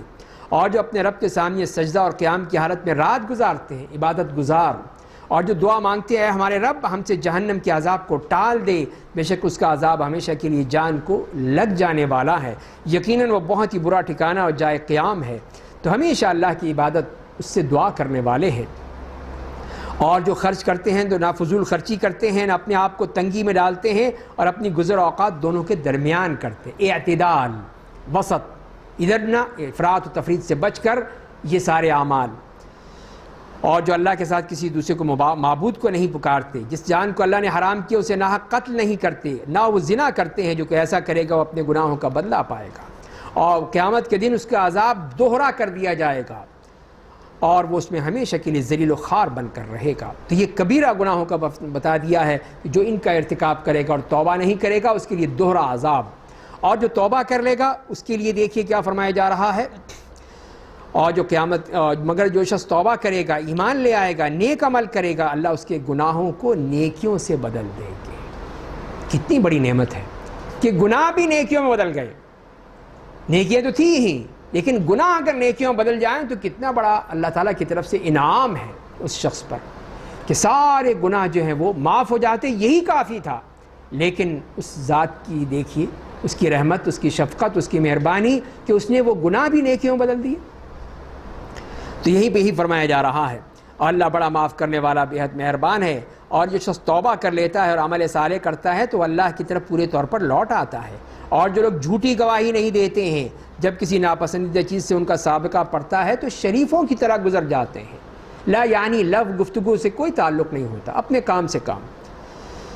اور فرمایا کہ جب انہیں ان کے رب کی آیتیں پڑھ کر نصیحت کی جاتی ہے تو بہروں اور اندھوں کسی حرکتیں نہیں کرتے ہیں، سوچتے ہیں، سمجھتے ہیں، غور و فکر کرتے ہیں۔